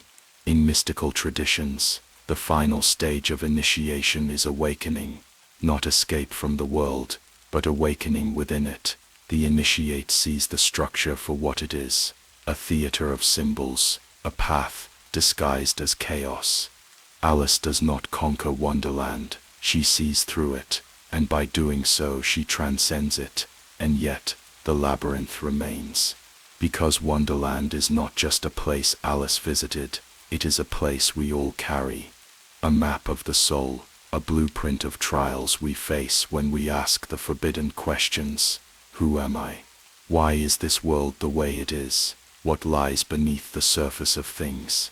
Each of us walks through our own wonderland.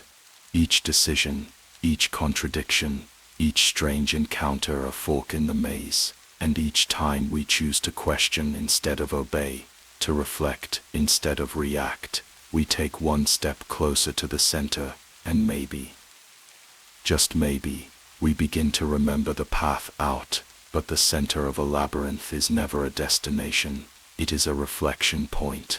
The place where self dissolves and reforms, where the initiate ceases to be a seeker, and becomes a guide. Alice's journey is not unique. It is archetypal, it echoes in the myths of Persephone's descent, of Inanna's trials in the underworld, of Orpheus's doomed rescue. It lives in the rituals of ancient Egypt, where the soul passed through gates and guardians to reach Osiris. It repeats in Tarot, where the fool walks through 21 stages, only to return to the beginning, reborn. Wonderland is a cipher, a sacred geometry of madness and meaning. And the question is not whether it is real. The question is, when was the last time you looked around your world and wondered, am I already inside the maze? And if so, who is waiting at the center? Because the journey does not end with awakening, that is only the beginning. The Queen's garden looks perfect from a distance. Sculpted hedges, fragrant blossoms, geometric patterns etched into living green. It appears to be a place of control, symmetry, and peace. But as Alice steps inside, the illusion begins to unravel. 3 trembling playing cards are huddled near a rose bush. Their hands are stained with red paint. Their faces, if you can call them that, flicker with panic. And their task, to paint white roses red.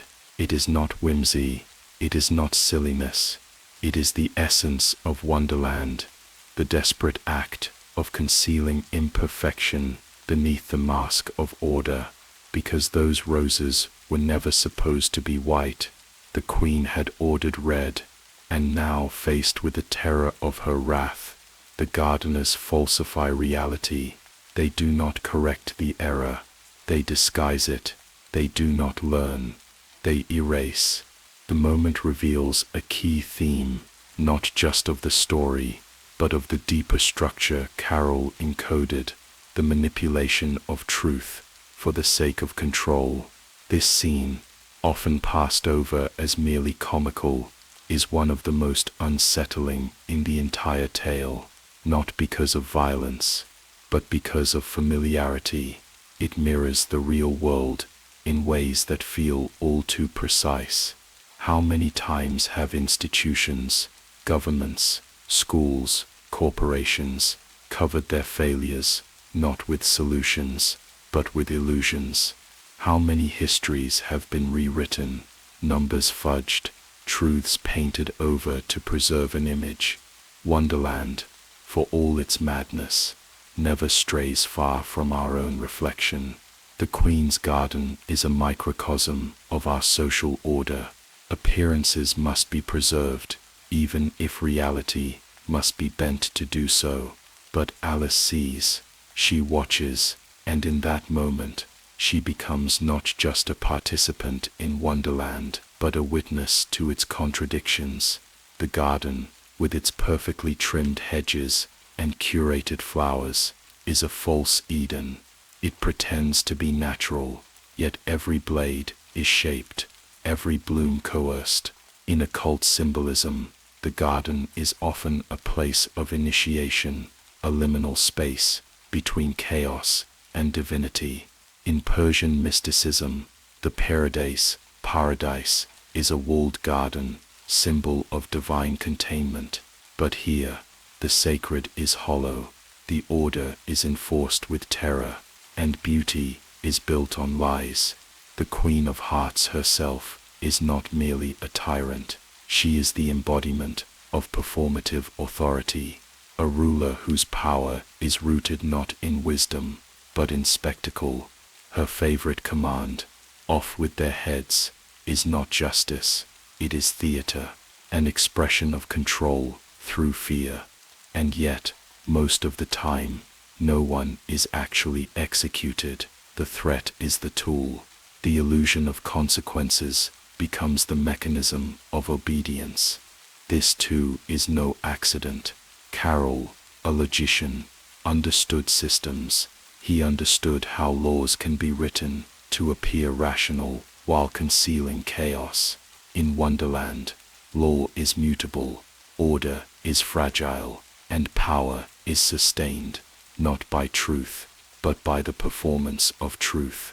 In esoteric philosophy, particularly within Gnostic thought, the world is ruled by a false order, a demiurge, or archonic power that mimics divine structure while trapping souls in illusion. The Queen's Garden is a perfect allegory for this. It mimics perfection, but it is hollow. The red roses are not real, they are painted over, deceiving even their own petals, and the gardeners, 2, 5, and 7, are numerological fragments, card-shaped manifestations of a system that values order more than meaning. Alice does not paint, she does not help, she questions, and that is her rebellion. In mystery traditions, the true initiate is not one who conforms, but one who sees. To see the painted rose is to see the lie. To see the panic in the card's gestures is to understand that the system is broken, maintained only through fear, repetition, and the concealment of imperfection. The Queen's arrival magnifies this dynamic. Trumpets blare, creatures scurry, a parade of excess and authority, but beneath the grandeur is madness. Her fury is instantaneous, arbitrary, and absolute. She sentences before she listens. She commands before she understands. She does not rule, she reacts, and yet, everyone bows, everyone obeys. Because in Wonderland, fear masquerades as law, and ritual becomes the mask that hides decay. In alchemy, there is a stage called rubedo, the reddening, when transformation is nearly complete.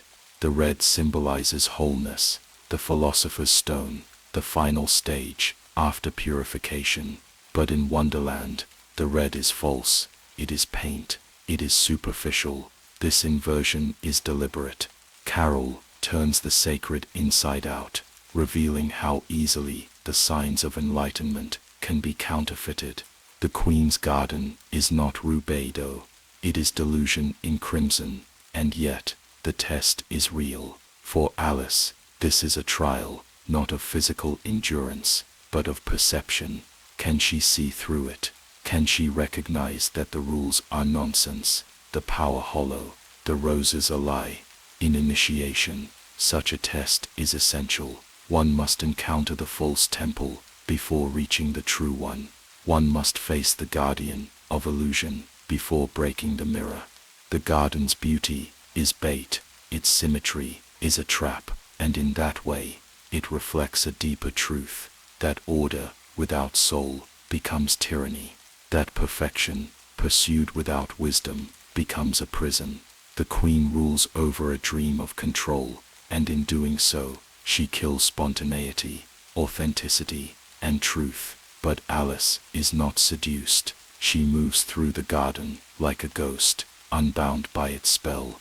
She does not scream, she does not paint, she observes, and in doing so, she claims power, not through domination, but through awareness. The moment she speaks to the queen, defies her, questions her, the illusion begins to crack, because the power of the queen, like all tyrants, exists only so long as it is believed. Wonderland is a dream, and dreams can be reshaped. In the real world, red roses have symbolized many things. In medieval alchemy, they were tied to the completion of the great work.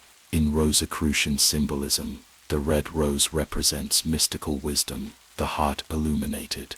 But here, Carroll subverts it. The red becomes artificial, forced, and so, he asks us, how often are we presented with symbols of enlightenment that are hollow? How many red roses in our world are actually painted white? This is the garden of false awakenings, where the seeker believes they have found peace, only to realize they are deeper in illusion, where the order is too perfect, the beauty too controlled, where nothing grows, only conforms. And perhaps that is the true horror of the Queen's garden, not the threat of death, but the death of mystery, the suppression of chaos, the denial of the wild, spiraling truth that lives in every real rose, every real soul.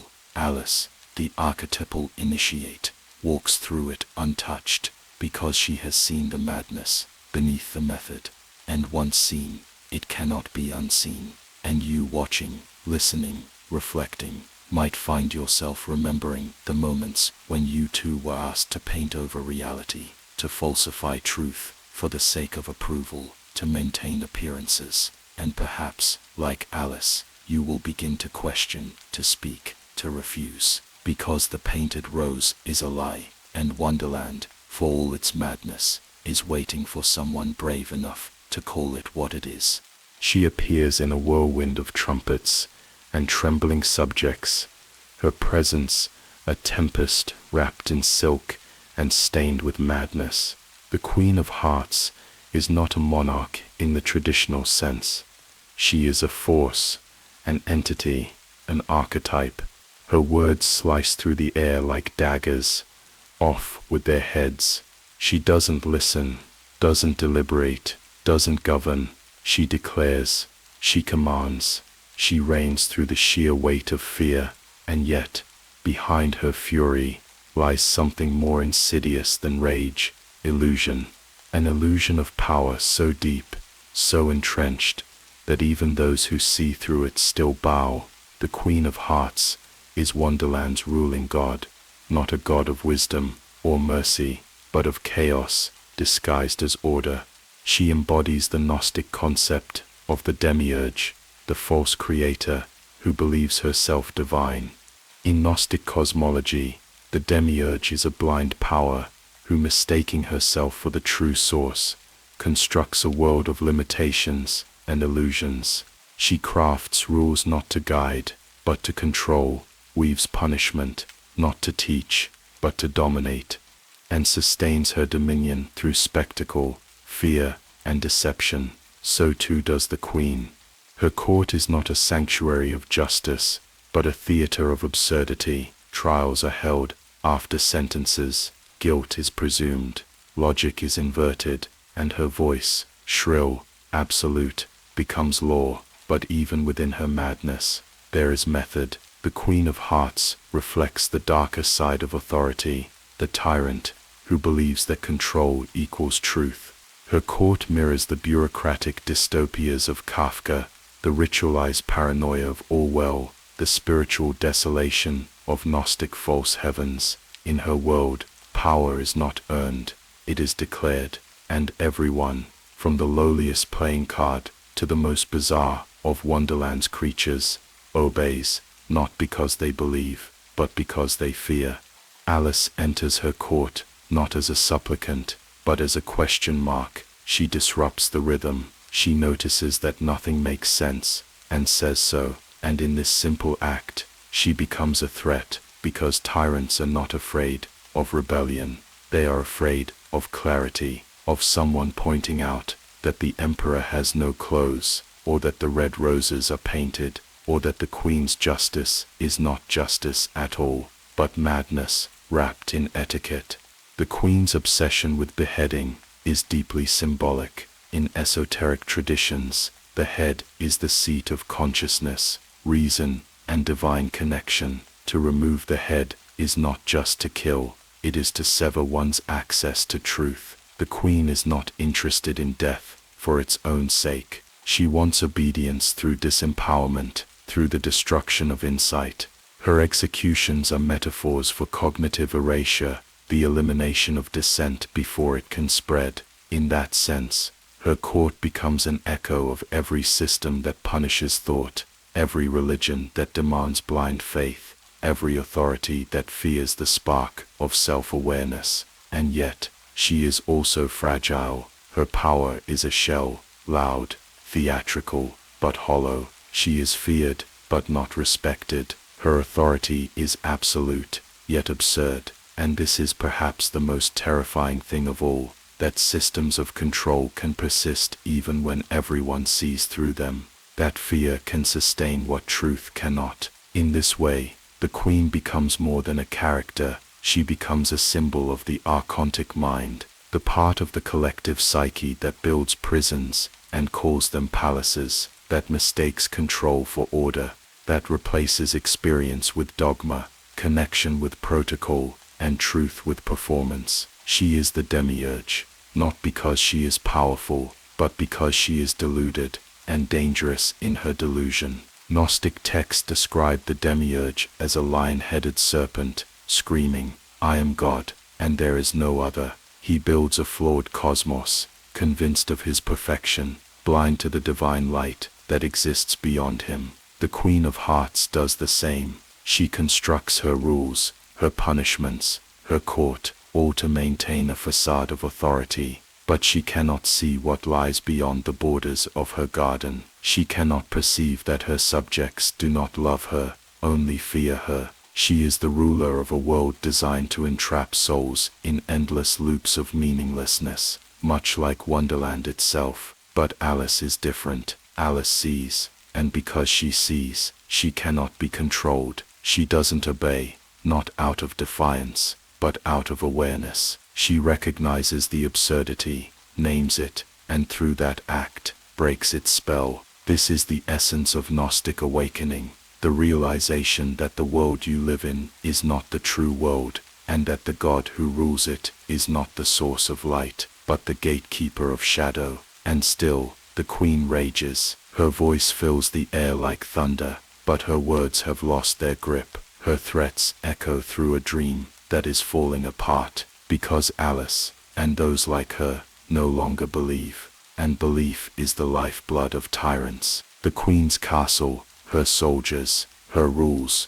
all begin to dissolve as Alice holds her ground, not with a weapon, but with the power of seeing. In ancient mystery schools, the final test of initiation was always the confrontation with the false god, the one who demands submission without offering wisdom. To pass, the initiate must recognize the illusion, must face the fear, the chaos, the threat, and remain unmoved. That is what Alice does, and that is what each of us is called to do when we encounter our own queens, the voices that command obedience, the systems that ask us not to think, the inner tyrants that demand perfection at the cost of authenticity. The Queen of Hearts is not defeated in battle. She is not slain. She is seen, and that is enough, because illusions, no matter how terrifying, cannot survive direct gaze, and power that exists only through fear cannot stand in the presence of a clear mind. So what does the Queen teach us?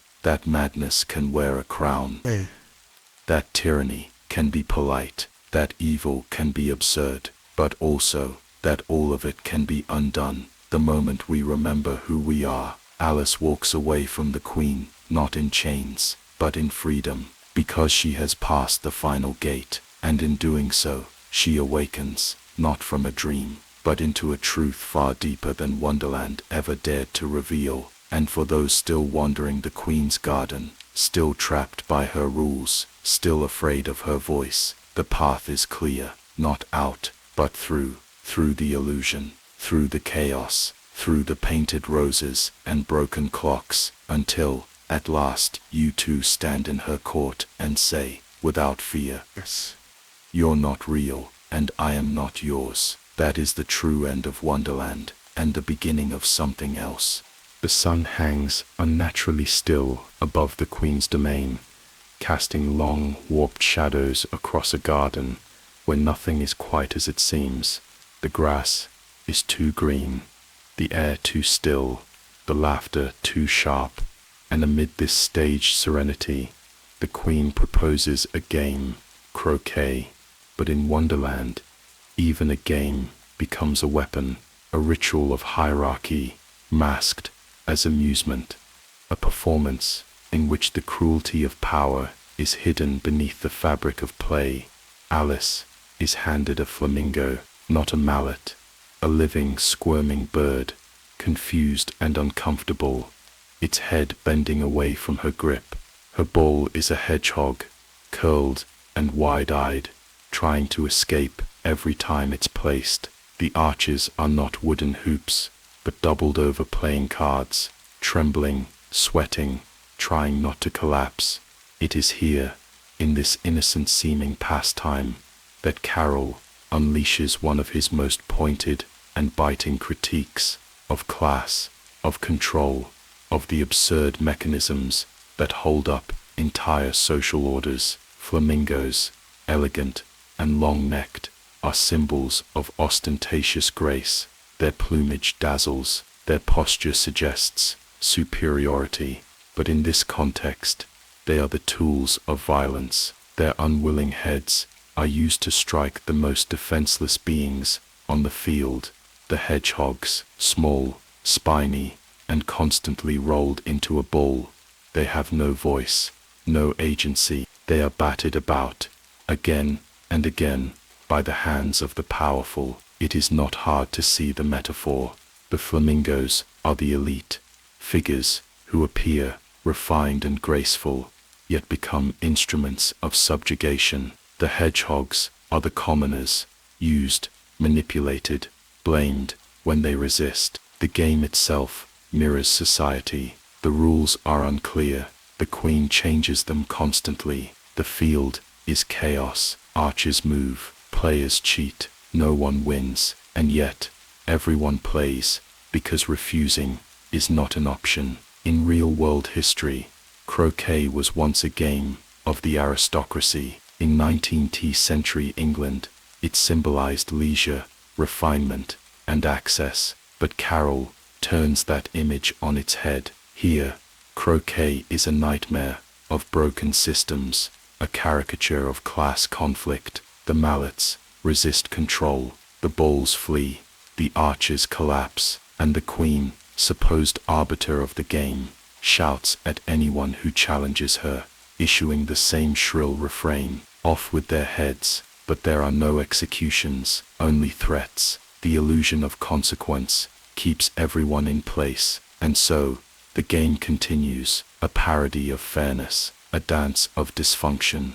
Alice, confused but increasingly aware, begins to realize that this is not a game at all. It is a demonstration, a theatrical reinforcement of who is above and who is below. The Queen doesn't play to win, she plays to dominate. The esoteric symbolism deepens when we consider the game as ritual. In occult traditions, Games can symbolize cosmic mechanics. Tarot, for example, was once read as both a card game and a spiritual map. Chess, used in Sufi and Masonic teachings, often represented divine balance and human struggle. But Wonderland's croquet is corrupted ritual. It mimics structure, but delivers chaos. It pretends to teach justice, but trains submission. It becomes a mirror of societal conditioning, absurd, shifting, and enforced by those who pretend it makes sense. And just like society, the absurdity is accepted because it is familiar. The playing cards, bent into archers, embody those forced into servitude under the illusion of order. Their very bodies become the infrastructure of the system. They must stay bent, hold their pose, and pray not to collapse, for collapse would mean drawing the queen's wrath. They are the workers, the bureaucrats, the foot soldiers of hierarchy, unthanked, unnoticed, and utterly replaceable. Meanwhile, the queen walks the field like a storm. Her decisions override logic. Her gaze causes silence. Her whims become law. No one dares challenge her. The players defer, laugh nervously, pretend to enjoy themselves, because in this game, power does not require approval, only submission. Alice, as always, is the anomaly. She does not understand the rules, and that is her strength. Her questions destabilize. Her confusion unmasks the pretense. She doesn't know how to hold the flamingo. She tries to be fair. She treats the hedgehog gently, and for that, she is dangerous. Because tyranny does not fear rebellion. It fears compassion. It fears empathy. It fears the individual who refuses to play the game by its broken rules. Carol, a mathematician, knew systems, and Wonderland is a system built on illusion.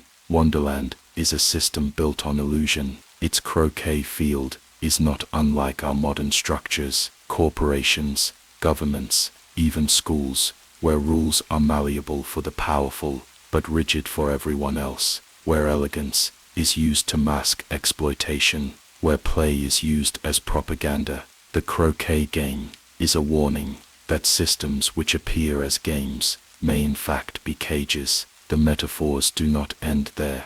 In alchemical and mystical teachings, games often reflect the soul's journey, its struggles, its false starts, its initiations through trial. But here, the trial is corrupted. There is no path to enlightenment, only repetition. The same bowls, the same mallets, the same empty laughter. No transformation, just the illusion of motion. And perhaps that is the queen's secret weapon.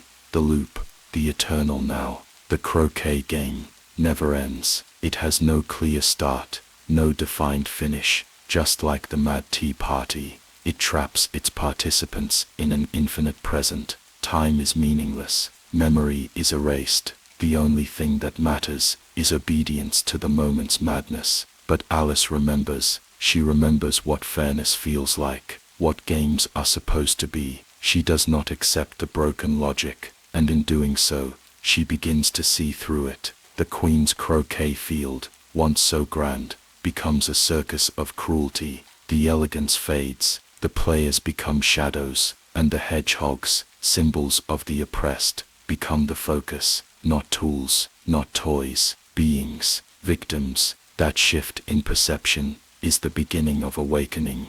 Real-life revolutions often begin, not with weapons, but with shifts in vision. When people stop laughing, when the absurd becomes unbearable, when games stop being games. Carol understood this, and he embedded that truth in a garden of crimson roses and shrieking rulers, because sometimes the most profound truths wear masks. Sometimes revolution begins with a question, and sometimes with the refusal to play. And so, the croquet game stands as one of the most haunting metaphors in Alice in Wonderland. It is not innocent, it is not charming, it is a coded allegory of class oppression, institutional cruelty, and the farce of performative authority. It is the playground of the archons, the theater of the demiurge, the ritual of submission, disguised as sport. But Alice does not submit, and neither should we. The courtroom is not built of stone and law, but of playing cards and madness. It rises not to protect the innocent, but to perform power. The moment Alice is summoned, she finds herself not before a court of reason, but inside a ritual of obedience, a game masquerading as justice, where everyone already knows the ending. The White Rabbit reads out accusations that have no beginning. The Queen bellows verdicts before hearing evidence, and jurors scribble nonsense before anything is said. There is no truth to uncover, no testimony to consider, because this is not a trial. It is a performance, a ritual of dominance, a parody designed not to resolve disputes, but to remind everyone who holds the axe. In this warped theater, law does not exist to balance. It exists to bind. Like the show trials of authoritarian regimes, the goal is not to discover guilt but to display it, regardless of facts. Carol's courtroom echoes Stalinist spectacles where defendants confessed through force or fear, and justice was simply a costume worn by tyranny. It mirrors Kafka's The Trial, where the accused never learns the charge, and guilt is assumed by the act of accusation itself. Wonderland's version is more flamboyant, more absurd, but no less disturbing. For here as there, the rules shift with every breath of the Queen. Order is fluid, authority is absolute, and resistance, no matter how small, is punished. Alice once again becomes the anomaly. She does not plead, she does not beg, she questions, she points out the nonsense, and this alone is her greatest crime. In systems of illusion, truth is the ultimate rebellion. Her calm voice becomes more disruptive than shouting, her clarity more dangerous than a weapon. As she challenges the Queen, the entire structure begins to tremble, because the court was never built on truth, only on fear and repetition. And when fear fades, repetition becomes ridiculous. But deeper still lies the esoteric meaning of the trial. In the mysteries, initiates often face judgment, not from gods, but from the illusions of gods. The weighing of the heart in Egyptian mythology, the questioning of the soul in Tibetan Bardo Thodol, or the guardians of the threshold in Hermetic lore, all are metaphors for inner confrontation. The initiate must pass through the realm of false judgment, of internalized rules, of shame and guilt, not born from truth, but imposed by structures. The Wonderland trial is this gate, a psychic test. Alice is not on trial for what she has done, she is on trial for who she has become, and what she has become is dangerous. She is no longer the confused child, she has moved through the chaos, spoken to the cat of paradox, challenged the caterpillar's questions, endured the Queen's fury, and seen through the absurdity of the croquet game. She has grown, and growth cannot be allowed in systems that demand stagnation, so she must be judged, not for an action, but for an awakening. The courtroom's characters are as symbolic as the setting. The king, supposedly the judge, is passive and impotent. His decrees are hesitant, meaningless. He symbolizes the hollow center of authoritarian systems, a figurehead who pretends to deliberate but only echoes the demands of the true tyrant.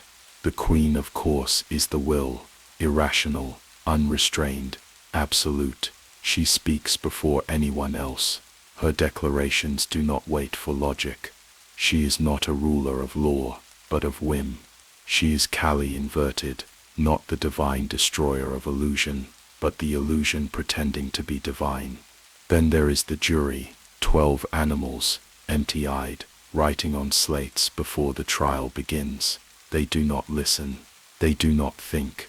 They merely repeat the ritual.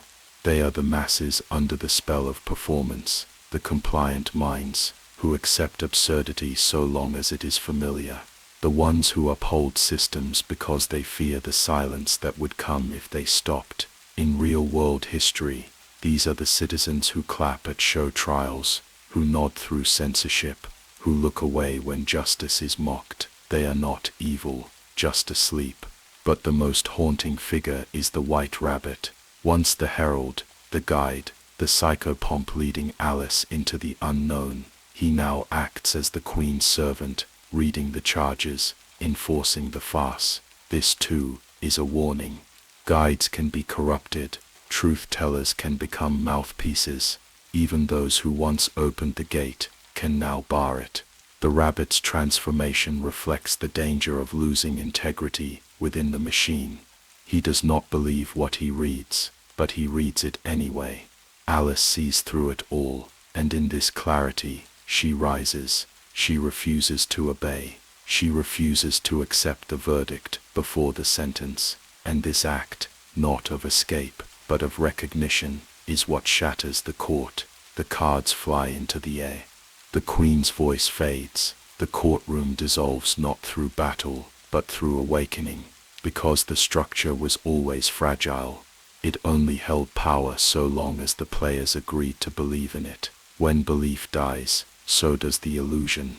This is the final gate of initiation. In ancient rites, the initiate faces symbolic death, not as punishment, but as transformation. The trial is the threshold. The voice of the false god must be heard, and then dismissed.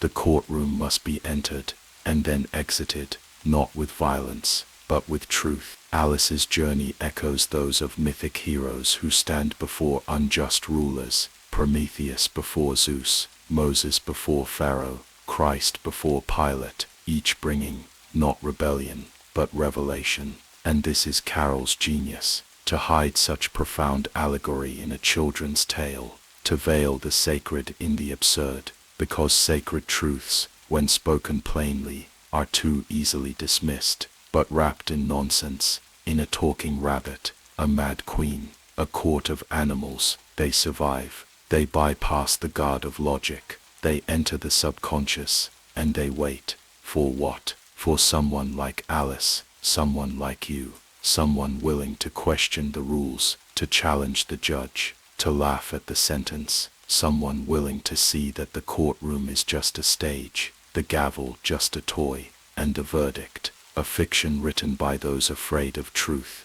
And in that moment, when the cards rise like paper rain, when the queen's scream becomes silence, and when the courtroom collapses into mist, you will know justice was never the point. Control was, and now it's over.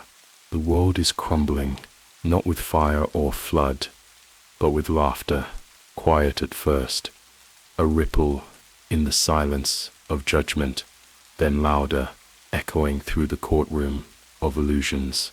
Alice is laughing, not out of rudeness, nor rebellion, but recognition. A realization has taken hold of her, slow, deep, irreversible. She sees the Queen of Hearts for what she is, not a tyrant, not a god, not even a threat, just a card, a screaming, flailing piece of painted paper, pretending to be powerful. And in that moment, the veil is torn, not with violence, with clarity. The awakening doesn't arrive like thunder. It rises like the sun behind a dense fog, gradually revealing what was always there but unseen. Alice stands taller, speaks louder, and no longer seeks permission. She doesn't ask for understanding. She knows, and that knowing changes everything. Where once she shrank at the Queen's orders, she now holds her gaze. Where once she questioned herself, she now questions the world. Her journey, masked as a dream, begins to resemble the ancient rites of transformation, the anabasis, the upward return after descent, the hero's path, climbing from the underworld with eyes wide open. In the symbolism of esoteric traditions, this stage is known by many names: the illumination in Hermetic alchemy, the rebus, or unified self, the reintegration of the soul after passing through chaos. For Alice, it is the moment when the nonsense ceases to confuse and begins to reveal. The riddles of the Mad Hatter, the vanishing grin of the Cheshire Cat, the endless paradoxes, they were never meant to be solved. they were meant to awaken. Wonderland was not a puzzle, it was a mirror. And now, finally, she sees her own reflection. This is the power of inner transformation. Reality does not need to change. Perception does. The queen, the rabbit, the court, they haven't become less absurd. Alice has become more aware. She no longer begs for logic in a world that runs on contradiction. Instead, she asks the deeper questions. Who created these rules? Why do they persist? What keeps the illusion alive? These are not childish thoughts. They are the very inquiries that mystics, philosophers and revolutionaries have whispered through time, often punished for seeing too clearly.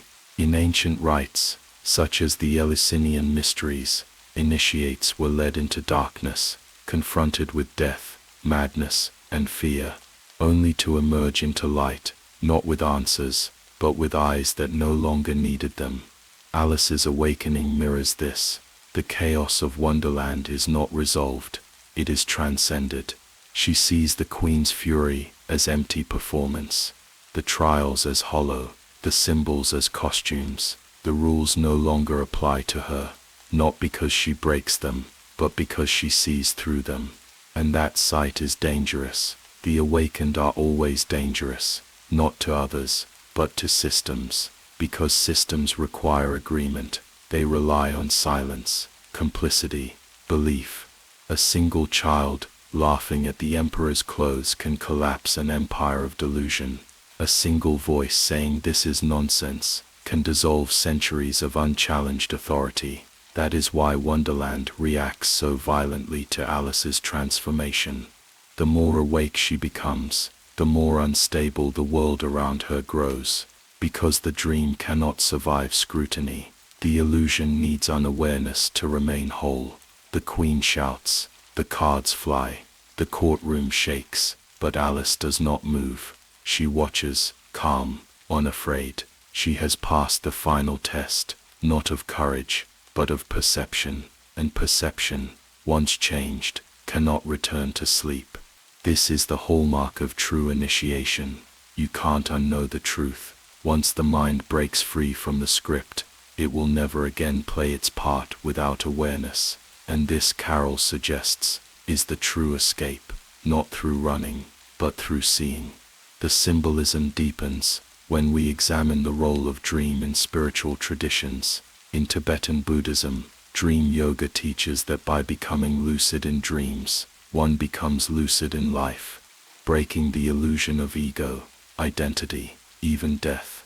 Alice's journey echoes this path. She enters the dream unaware, lost in its chaos, reacting to its madness. But by the end she becomes lucid. She questions the nature of the dream itself. She sees that the characters are not enemies or allies. They are projections, archetypes, teachers, reflections of her own inner fragmentation. The white rabbit is urgency. The queen is fear. The hatter is madness. The cat is doubt. Each piece of Wonderland was a piece of her mind. And now, they dissolve, not because they are defeated, but because they are no longer needed. She has remembered herself. This is the moment of return. In alchemy, it is the rubido, the reddening, the final stage where spirit and matter are united. In mythology, it is the resurrection, the rebirth, the phoenix rising from ash. In narrative, it is the end of the arc, but the beginning of something far more profound. Alice is not who she was. She will never be again, because to awaken is to die to the old self and be reborn without illusion. Carol hints at this transformation through language. At the beginning, Alice constantly says I wonder and I don't understand. By the end she says that's nonsense, and I won't obey. Her language shifts from passive confusion to active discernment. This is no accident. Language is a mirror of consciousness. When the words change, the mind has already shifted, and yet awakening is not escape. It is confrontation. Alice does not fly away. She stands her ground, and in doing so she does what no sword ever could. She collapses the system from within. The queen's threats grow louder. and then vanish. The cards rise, and then fall. The dream begins to unravel, not from external force, but from internal disobedience. The illusion cannot survive belief's withdrawal. This is the most dangerous truth of all. The world does not change when tyrants are toppled. It changes when people stop believing they are kings.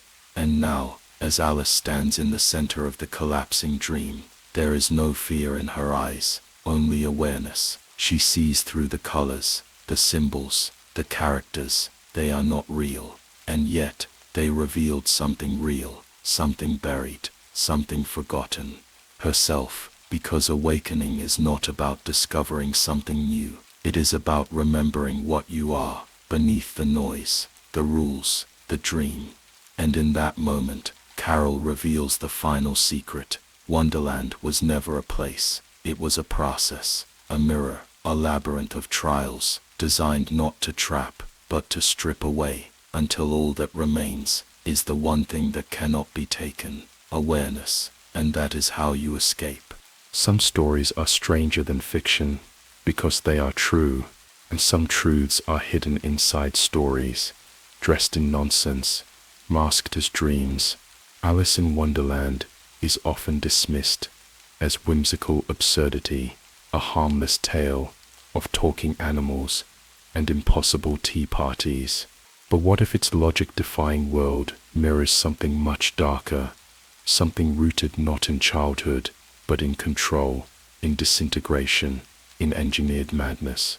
Behind the masks of the Mad Hatter and the Queen of Hearts, there are shadows, shadows that whisper of real experiments, real techniques, and real victims. The deeper you fall down the rabbit hole, the more that fiction begins to rhyme with fact. In the mid-20th century, the CIA initiated a covert operation known as MK Ultra. Its purpose, to explore methods of controlling the human mind. What began as an attempt to discover truth serums and brainwashing techniques soon evolved into a monstrous web of experimentation. Unsuspecting subjects were dosed with LSD, deprived of sleep, subjected to electroshock therapy, sensory overload, and prolonged isolation. It was not simply about inducing compliance. It was about breaking the mind, shattering identity, and then rebuilding it in a new image. It was, in its darkest form, psychological alchemy. And in Alice in Wonderland, the blueprint is already there. The protagonist is pulled unexpectedly into a world where nothing makes sense. Time is broken, logic is inverted, her body changes shape, language becomes weaponized. She is constantly asked questions that cannot be answered, given commands that contradict themselves, surrounded by smiling faces that conceal threats. This isn't a fantasy, it's a psychological operation. It's the architecture of disorientation, the very tools that would later be used by real agencies to fragment the psyche. One of the core techniques of MK Ultra was called induced dissociation, a deliberate attempt to disconnect an individual from their stable identity by overwhelming them with confusion, fear, and contradiction. The subject loses the ability to determine what is real. In Wonderland, this is precisely what happens. Alice questions who she is. She forgets her name. She recites nonsense poetry. Her surroundings are constantly shifting, and no one gives her a straight answer. She is lost, not physically, but cognitively. And that is the goal of such systems, to sever the conscious mind from the unconscious, to create a void into which control can be inserted. Even the language of Wonderland begins to resemble real reports from MK Ultra survivors. Time loops, nonsensical orders, abrupt shifts in setting. One moment you are a guest at a tea party, the next you are on trial for an unnamed crime. 1 minute you are tall, the next you are small. The environment becomes a mirror maze, designed not to reflect, but to trap. Victims of MK Ultra often described a strange sensation. The world no longer felt real. The people around them were actors, Their memories were unreliable. Their own thoughts no longer belonged to them. In Wonderland, Alice too questions reality. Is this a dream? Is she mad? Has the world changed? Or has she? These are not innocent musings. They are symptoms. Perhaps most chilling is the way that Wonderland uses joy as a weapon. The characters are happy, disturbingly so. They laugh when threatened. They smile while delivering insults. They clap during nonsensical speeches. This forced cheerfulness echoes the technique of double-bind communication used in psychological manipulation. Praise mixed with humiliation, kindness masking coercion, love weaponized into control. The subject becomes unable to interpret signals. Every interaction becomes a test, and like Alice, they begin to question themselves. MK Ultra also experimented with creating multiple personalities, fragmented identities that could be programmed with different tasks. This was done through trauma, repetition, and trance states. In Wonderland, Alice constantly changes roles. She is a child, then a judge, then a criminal. She speaks in different voices, adopts new names, and even speaks of herself in the third person. It is not simply play, it is a breakdown, a constructed dissociation, a dance of mirrors where the original self becomes lost. And what of the guides? The rabbit, the cat, the caterpillar. They lead her, test her, confuse her. In trauma-based programming, such figures are often implanted as archetypes, animal totems, mythical beings, voices that instruct or threaten. They are created within the fractured mind to guide or control different alters. In this light, the white rabbit is not merely a symbol of curiosity. He is the trigger, the call to disassociate, the handler in disguise. Then comes the queen. She does not rule with logic. She rules with fear. Her power is not law, it is chaos. One command contradicts the next. Her judgments are instant, her wrath arbitrary. This too is a hallmark of mind control, unpredictability, as domination. When authority is unmoored from reason, the subject stops trying to understand. They obey, not from belief, but from exhaustion. Alice, like many victims, tries to follow the rules, only to realize there are none. And that ultimately is the key to escaping. Real-life accounts of deprogramming, the slow, painful path back from engineered dissociation, describe a moment not unlike Alice's, a moment of clarity, a recognition that the nightmare cannot be reasoned with, that the logic is circular, the punishment inevitable, the structure a lie. And then comes the laugh, the refusal, the awakening, the power to say, no. If this all sounds far-fetched, consider this. Declassified MK Ultra documents detail the use of fairy tales in reprogramming. Classic children's stories were repurposed into scripts for dissociation, used as frameworks for altering consciousness. The victim would be led into a fantasy world, only to have that world turned against them. Wonderland was not just a metaphor, it was a tool, and the parallels don't stop there.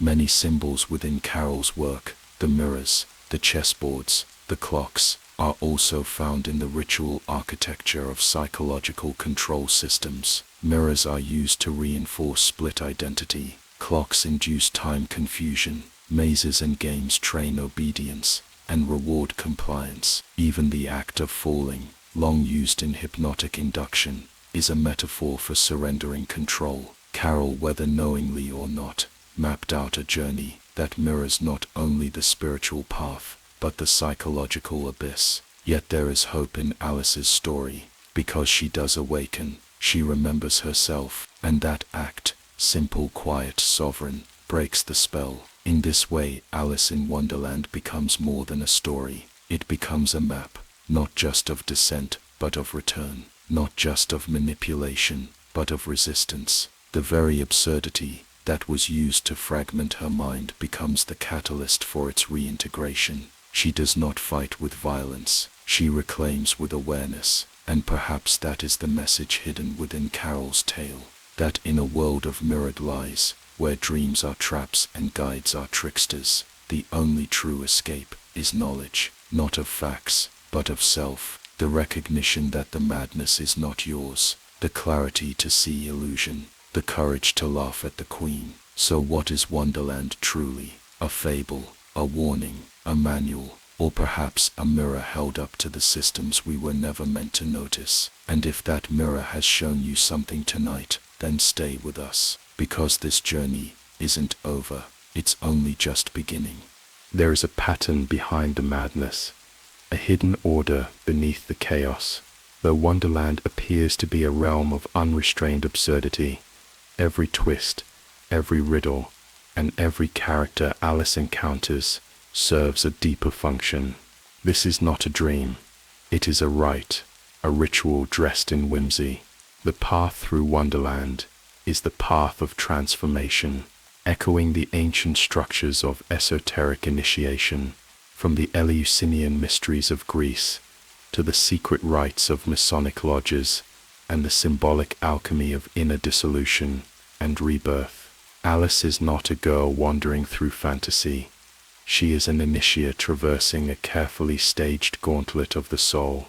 Every paradox she faces is a coded challenge. Every character is a gatekeeper. Every contradiction is a veil, hiding a truth that only the transformed can see. In the Eleusinian mysteries, initiates would undergo a journey divided into stages: separation from the mundane world, descent into darkness, confrontation with death, and finally, a symbolic rebirth into sacred knowledge. These were not metaphorical steps. They were enacted with precision, with rituals designed to shatter the old self and awaken the inner eye.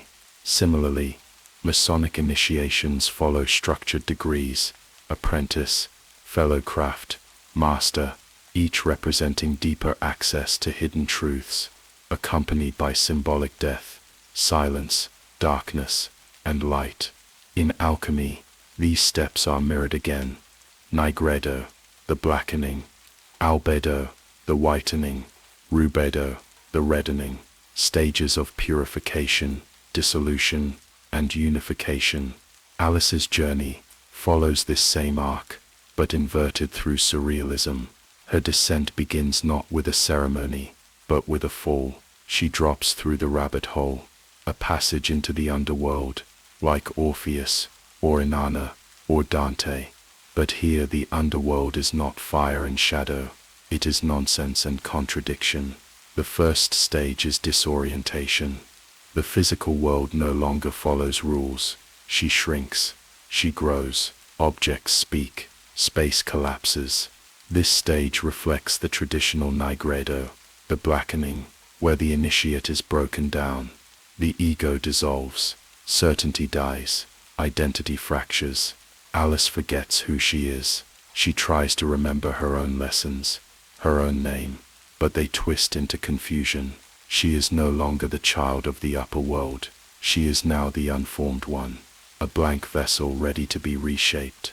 Next comes the test of thresholds, the locked doors, the golden key, the drink that changes her size. In esoteric systems, every initiation involves passing through symbolic gates, challenges that test perception, worthiness, or surrender. In Masonic ritual, the initiate is blindfolded and led into the temple, asked to surrender fear and trust the unseen. In the ancient mysteries, doors to the inner sanctum remained barred until the neophyte was prepared. Alice's struggle with access, finding the door, reaching the key, changing her form to fit, reflects this archetype of internal transformation. The door does not open until she relinquishes control. The next stage is confrontation, with paradox, with guides, with madness. The caterpillar, the Cheshire cat, the Mad Hatter, each offers cryptic teachings, but none give clear answers. This is the initiatory principle of aporia, the Greek term for intellectual impasse. In mystery schools, it was known that truth cannot be handed down. It must be earned through disintegration of logic. The masters speak in riddles to dissolve linear thought. The initiate must learn to embrace not knowing, The caterpillar's "Who are you?" is not a question, it is a koan, a spark designed to ignite the inner fire of self-inquiry. In Masonic rites, the candidate is questioned again and again, not for answers, but to expose the self as a construct. In alchemy, the soul is cooked in confusion until the dross is burned away. Then comes the mirror stage, both literal and symbolic. Alice meets figures who reflect her, the White Queen, the Red Queen, even the Queen of Hearts in her tyrannical shadow. These women represent aspects of her psyche, the nurturing, the tyrant, the chaotic, the wise. She is forced to confront herself through the lens of power. The queens do not instruct, they command, they threaten, they mock, and in this crucible, Alice begins to awaken. The initiate, faced with the masks of self and authority, begins to recognize illusion. This is the albedo, the whitening, the clarification of the purified essence. The fog begins to lift. The initiate does not yet know the truth, but they know what is false. The trial at the end of the tale is not a climax. It is a mirror of societal ritual, a parody of false judgment. In ancient initiations, the final test often involved facing a death, symbolic or psychological, where the ego is sentenced, the old identity pronounced void. Alice is judged. The court is a farce. The rules make no sense. The witnesses lie, but she sees through it. She refuses to play, and in that moment, she claims sovereignty. She grows in size. She calls out the illusion, and the entire system begins to collapse. This is the rubedo, the reddening, the final stage of alchemy, where integration is achieved. The inner opposites are reconciled. The initiate no longer seeks truth from without. They are the truth. Alice awakens, not from sleep, but from programming. She has seen through the theater, recognized the masks, confronted the absurdity, and emerged whole. The same process occurs in Gnostic traditions. The soul, trapped in the material illusion, gradually remembers its divine origin and breaks free of the demiurge's illusion. And yet, Carroll did not write Alice as a ritual, or did he? There is reason to believe that the author Charles Dodgson was familiar with esoteric structures, a mathematician, a logician, and a man fascinated with puzzles. Dodgson encoded many riddles into his work. But beyond intellectual games, there are symbolic markers, numbers, names, patterns, that reflect the architecture of Masonic and Hermetic rites. The repeated use of three sisters, 3 guides, 3 queens, the emphasis on mirrors, keys, and gates, all resonate with known symbolic systems. Even the final return to the real world reflects the rebirth of the initiate, one who returns to the mundane world bearing secret knowledge, no longer asleep. The Eleusinian mysteries promised that those who completed the rites would no longer fear death.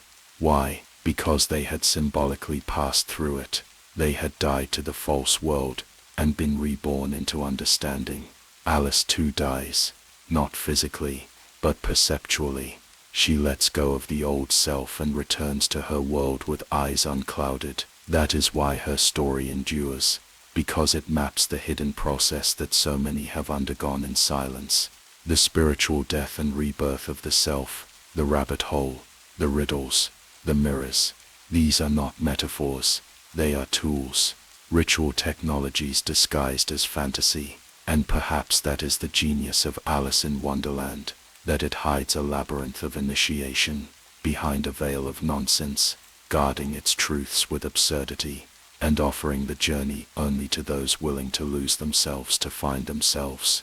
If you've made it this far, perhaps you too are walking the path. Perhaps these symbols are not merely curiosities, but signs along your own internal right. And if so, remember this: the real initiation does not happen in temples or tunnels or tea parties. It happens when you question what is real, when you recognize the patterns, when you laugh at the illusion, and when you dare to awaken from the dream. Because sometimes the most dangerous truths wear the silliest hats, and the journey, like the spiral of the labyrinth, always leads inward. The tale of Alice in Wonderland begins with a child, but the shadows stretch far beyond the pages of fantasy. Behind the figure of Alice, the wide-eyed wanderer in a world of paradoxes, stands a real girl, Alice Pleasance Liddell, and behind the pen name, Lewis Carroll, was a complex, reclusive man, Charles Lutwidge Dodgson, whose fascination with the child would become one of the most haunting enigmas in literary history. What truly passed between Dodgson and the Liddell family has been obscured by time, silence, and the polite revisions of biographers, but the fragments that remain hint at a relationship that has unsettled readers for over a century. Dodgson was a mathematics lecturer at Christ Church, Oxford, a man of precision, logic, and deep shyness. Yet, when he met young Alice in 1856, daughter of the college dean, something in him changed. He began to spend hours with the children, inventing stories, taking photographs, drawing portraits. It was during these summer outings on the Thames, beneath the shimmering English sun, that the first version of Alice's adventures was born. But the tone of this friendship, particularly with Alice, was not simply innocent amusement. Dodgson's diaries from the period are full of references to his meetings with her, often noting the exact time and setting. He gave her gifts, sent her letters, and photographed her repeatedly, including in staged poses that today would raise alarms. Several of these photographs depict Alice in costumes, some with exposed shoulders or reclining postures, invoking an unsettling blend of childhood and adult aesthetic. One infamous image shows her as a beggar girl, barefoot, and looking directly into the camera with a haunting gaze. The photograph, still circulated today, has become a symbol of the unease surrounding their connection. It is important to note that during the Victorian era, the boundaries of propriety were differently drawn. Child photography, even in stylized or partially unclothed forms, was not always viewed with suspicion. Artists and intellectuals often idealized childhood as a symbol of purity or divine innocence, but even in that context, Dodgson's collection and his obsessive attention to young girls stands out. His preference was documented. In letters he often wrote about child friends, particularly girls aged 7 to 12. He rarely formed close relationships with adult women. His diary even records a fantasy about marrying a child and waiting until she matured. And then, one day, the entries stop.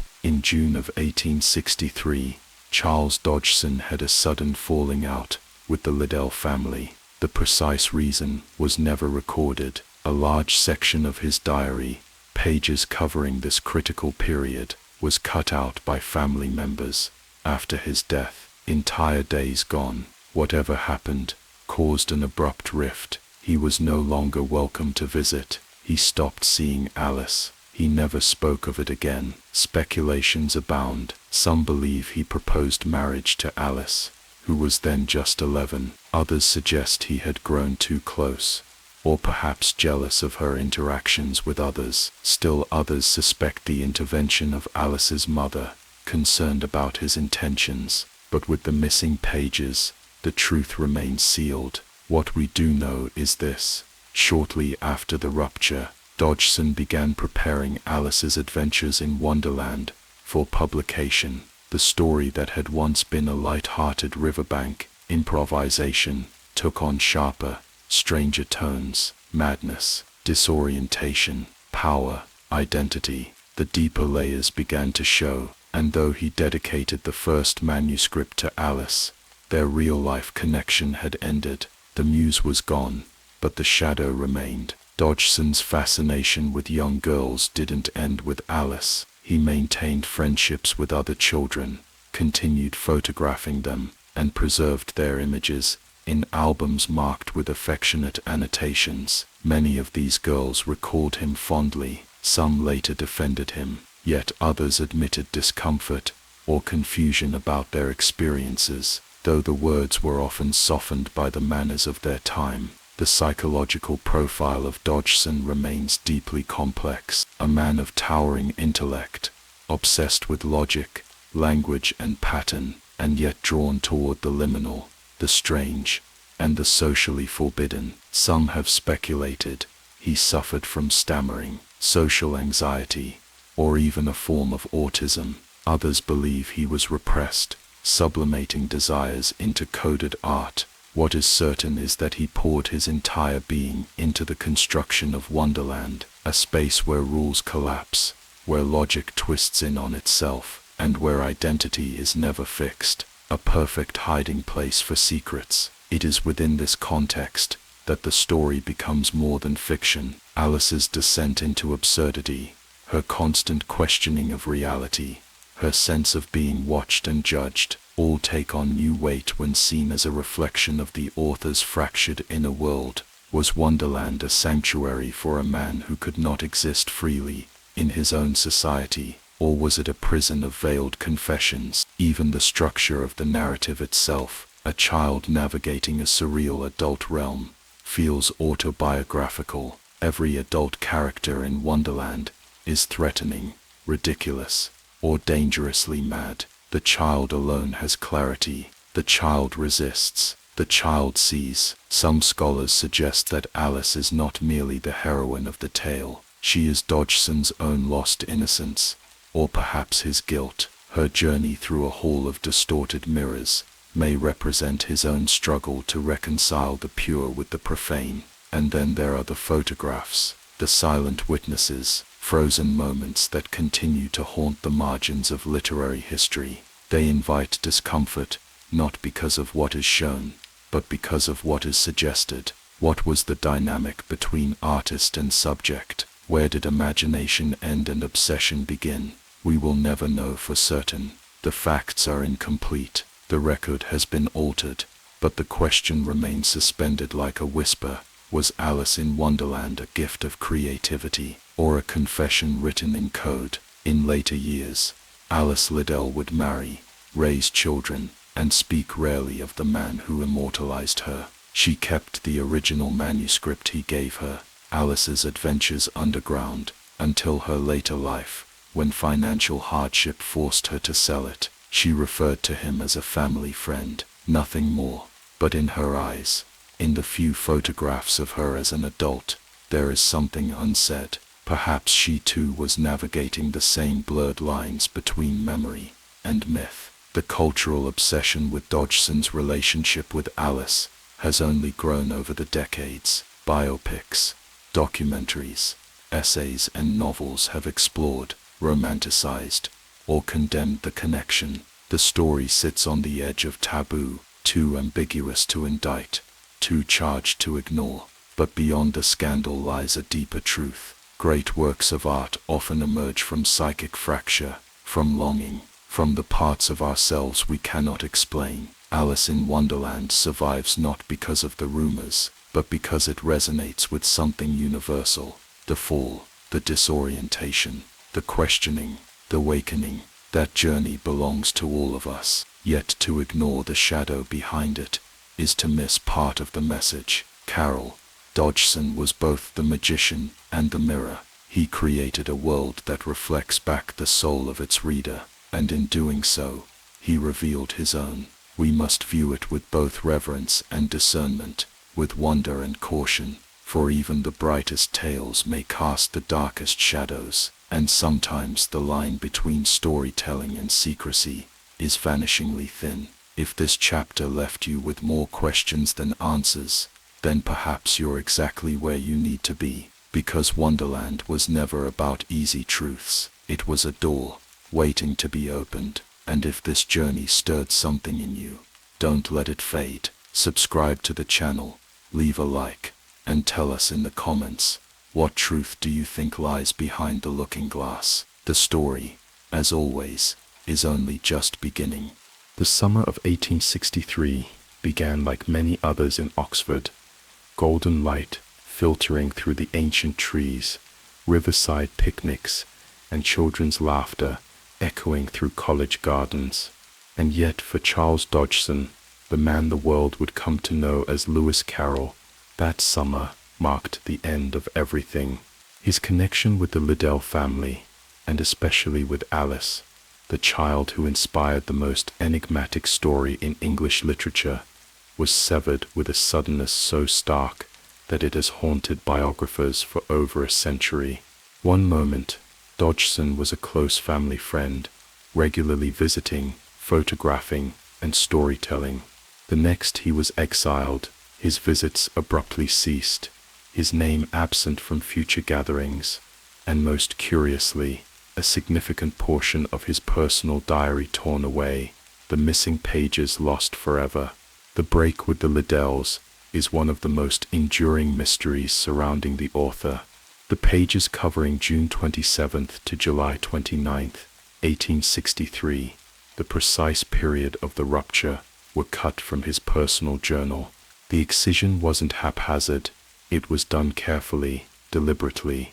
Who removed them, and why? Some scholars believe Dodgson himself may have destroyed the entries in a moment of fear or guilt. Others assert that his nieces, caretakers of his estate, after his death, removed the pages to protect his legacy. The motivations remain unclear, but the effect is chilling. Like a blacked-out window in an otherwise transparent house, the gap draws the eye.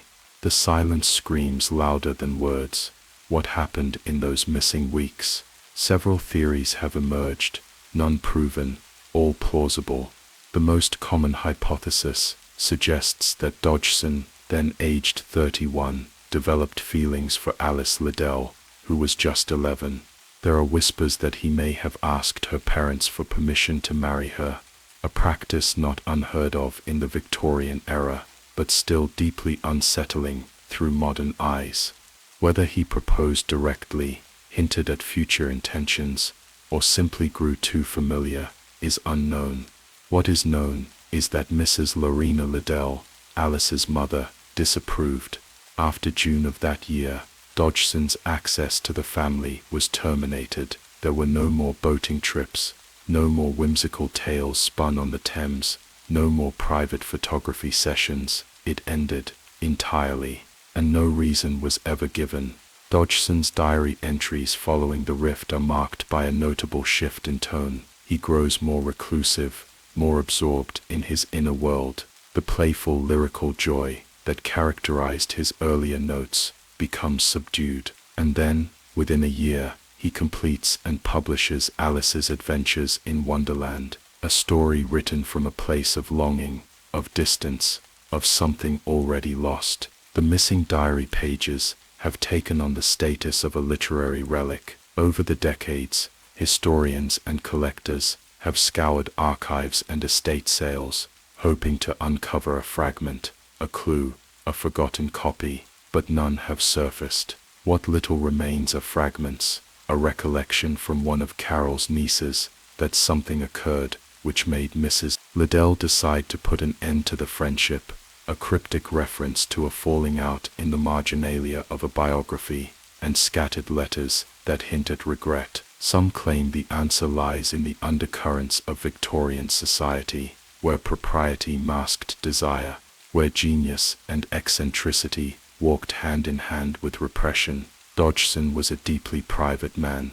He never married, never entered into any known romantic relationship, and maintained a life rigidly divided between his public and private selves. His friendships with young girls, of which there were many, were, according to him, based on purity, art, and affection. But were they, or were they sanctified by rationalization, given the gloss of innocence, while driven by something unspoken? The scandal has remained strangely quiet, even as modern biographers continue to excavate the psychological layers of the man behind the myth. Many hesitate to cross a line, the line between inquiry and accusation. There is no concrete proof of wrongdoing, no confessions, no accusations from Alice herself, no contemporaneous scandal. And yet, the questions persist. Why did the Liddells cut ties so absolutely? Why did Dodgson never attempt reconciliation? And why did he,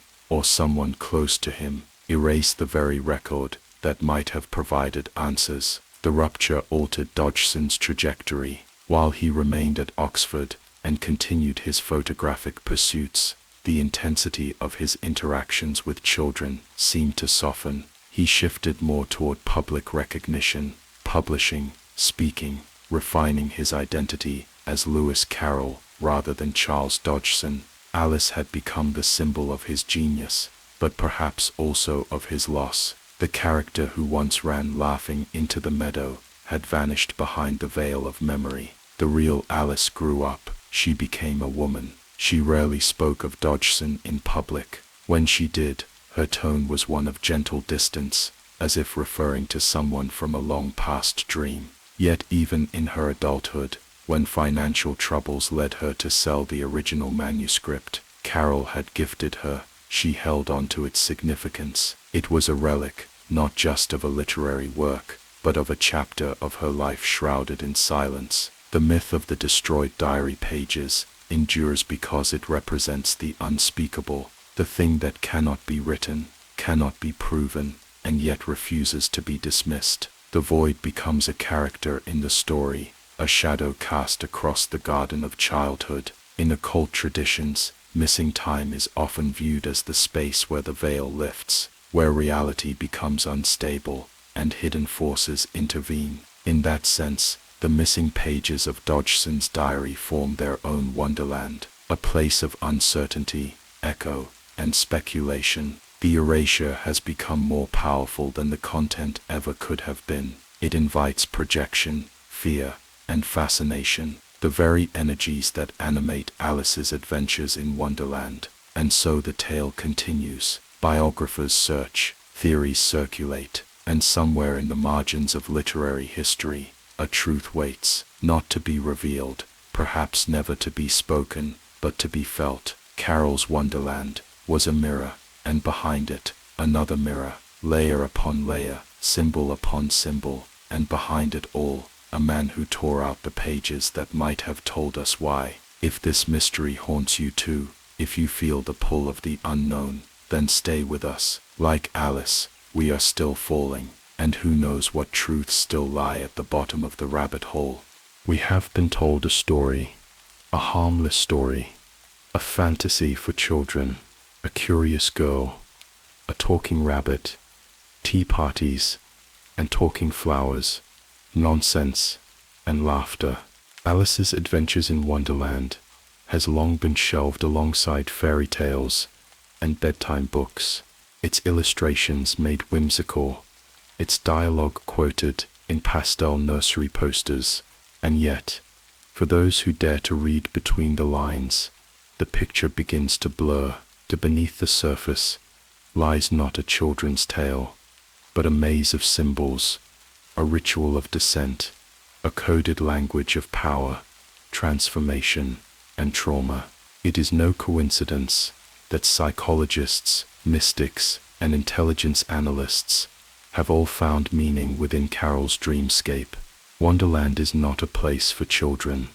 It is a cipher, a warning, a mirror. At its core, Alice's journey is one of identity disintegration. She does not simply travel through a fantasy world. She is stripped of context, certainty, and selfhood. Her body warps uncontrollably. Her memories fail. She forgets who she is. The rules change arbitrarily. Authority figures issue commands without logic or justice. The Queen screams for heads. The Mad Hatter condemns her as wrong even when she is right. In one moment, Alice is a giant, feared and powerful. In the next, she is small and ignored. Her world is not enchanted. It is unstable, and that instability is not merely whimsical. It is psychologically destabilizing. Control, or the loss of it, is a recurring motif. The reader is lured into believing Alice is in charge, that she is navigating a dream, but in truth, she is manipulated at every turn. Characters with inexplicable power coerce her, confuse her, redirect her. The caterpillar mocks her sense of identity. The cat speaks in riddles. The tea party suspends time. There is no clear objective, no hero's quest, no resolution, only disorientation. This is not accidental. It mirrors the techniques of psychological manipulation in 1950s CIA documents, later revealed through FOIA requests. Alice in Wonderland was referenced in discussions of psychological experimentation. Why? Because the book exemplifies the deliberate breakdown of logical structure. The MK Ultra program, a classified US government operation exploring mind control, employed similar methods: isolation, sensory overload, paradoxical commands, shifting reality. Many survivors of these experiments have used language eerily similar to Alice's: falling, shrinking, losing time, voices that spoke in circles, identities that dissolved. Whether or not Carroll anticipated this usage, the architecture of his story eerily aligns with the mechanisms of control and fragmentation, and it does not end with mind control. The theme of forced transformation runs deep. Alice does not choose to change. She is changed again and again by substances she does not understand. She eats, drinks, grows, shrinks, not as part of magical play, but in a cycle of forced adaptation. This reflects a deeper theme: the loss of bodily autonomy. In fairy tales, transformation is often redemptive, but here it is erratic, destabilizing. Her sighs becomes a curse. Her tears flood a room. Her body betrays her. It is no wonder that scholars have drawn parallels between Alice's bodily confusion and trauma-related dissociation. The body, no longer a trusted home, becomes a site of chaos. Then there is the language. Carroll's use of absurd logic, conversations where words mean nothing, questions have no answers, and statements contradict themselves, is not simply clever wordplay. It is the weaponization of language, a tool long used by those in power to confuse, dominate, and control. Totalitarian regimes know this well. Orwell wrote of it in 1984.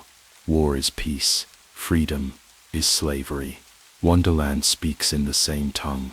The Queen's Court is a parody of justice, but it is also a warning. When rules shift at whim, when words have no meaning, truth itself becomes elusive. And in such a world, those in power can justify anything. Perhaps most disturbing is the role of authority in the story. The characters who wield power, the Queen, the King, the executioners, even the teachers, do so through fear and absurdity, not wisdom. They are not protectors. They are tyrants in costume. Their power exists not because it is earned, but because it is enforced. Alice is told to obey without reason. She is judged without crime. And when she resists, they call her mad. The allegory is stark. This is not a world ruled by justice. It is a playground for the powerful, where appearance matters more than truth, where dissent is dangerous, and where the only way to survive is to accept the illusion or awaken. Throughout the book, death lurks silently. It is never named outright, but it is present. The Queen's obsession with beheading, the trial, the vanished time, even the rabbit's panic suggests something darker than mere lateness, a fear of punishment. Wonderland is not merely a dream. It is a purgatory, a test, and perhaps a prison. Carroll's own fascination with innocence and control adds another layer. His photography of young girls, always carefully staged, always in ambiguous settings, suggests an obsession with the boundary between purity and possession. Critics have long debated whether this aspect of his life reflects artistic idealism or darker impulses. The truth, as always, lies in the shadow. But what cannot be denied is that the story of Alice, written for a child, filled with images of disempowerment, confusion, and bodily violation, echoes themes not meant for children. And yet the myth persists. We wrap Wonderland in pastel illustrations. We stage it in school plays. We sell merchandise with smiling cats and talking flowers.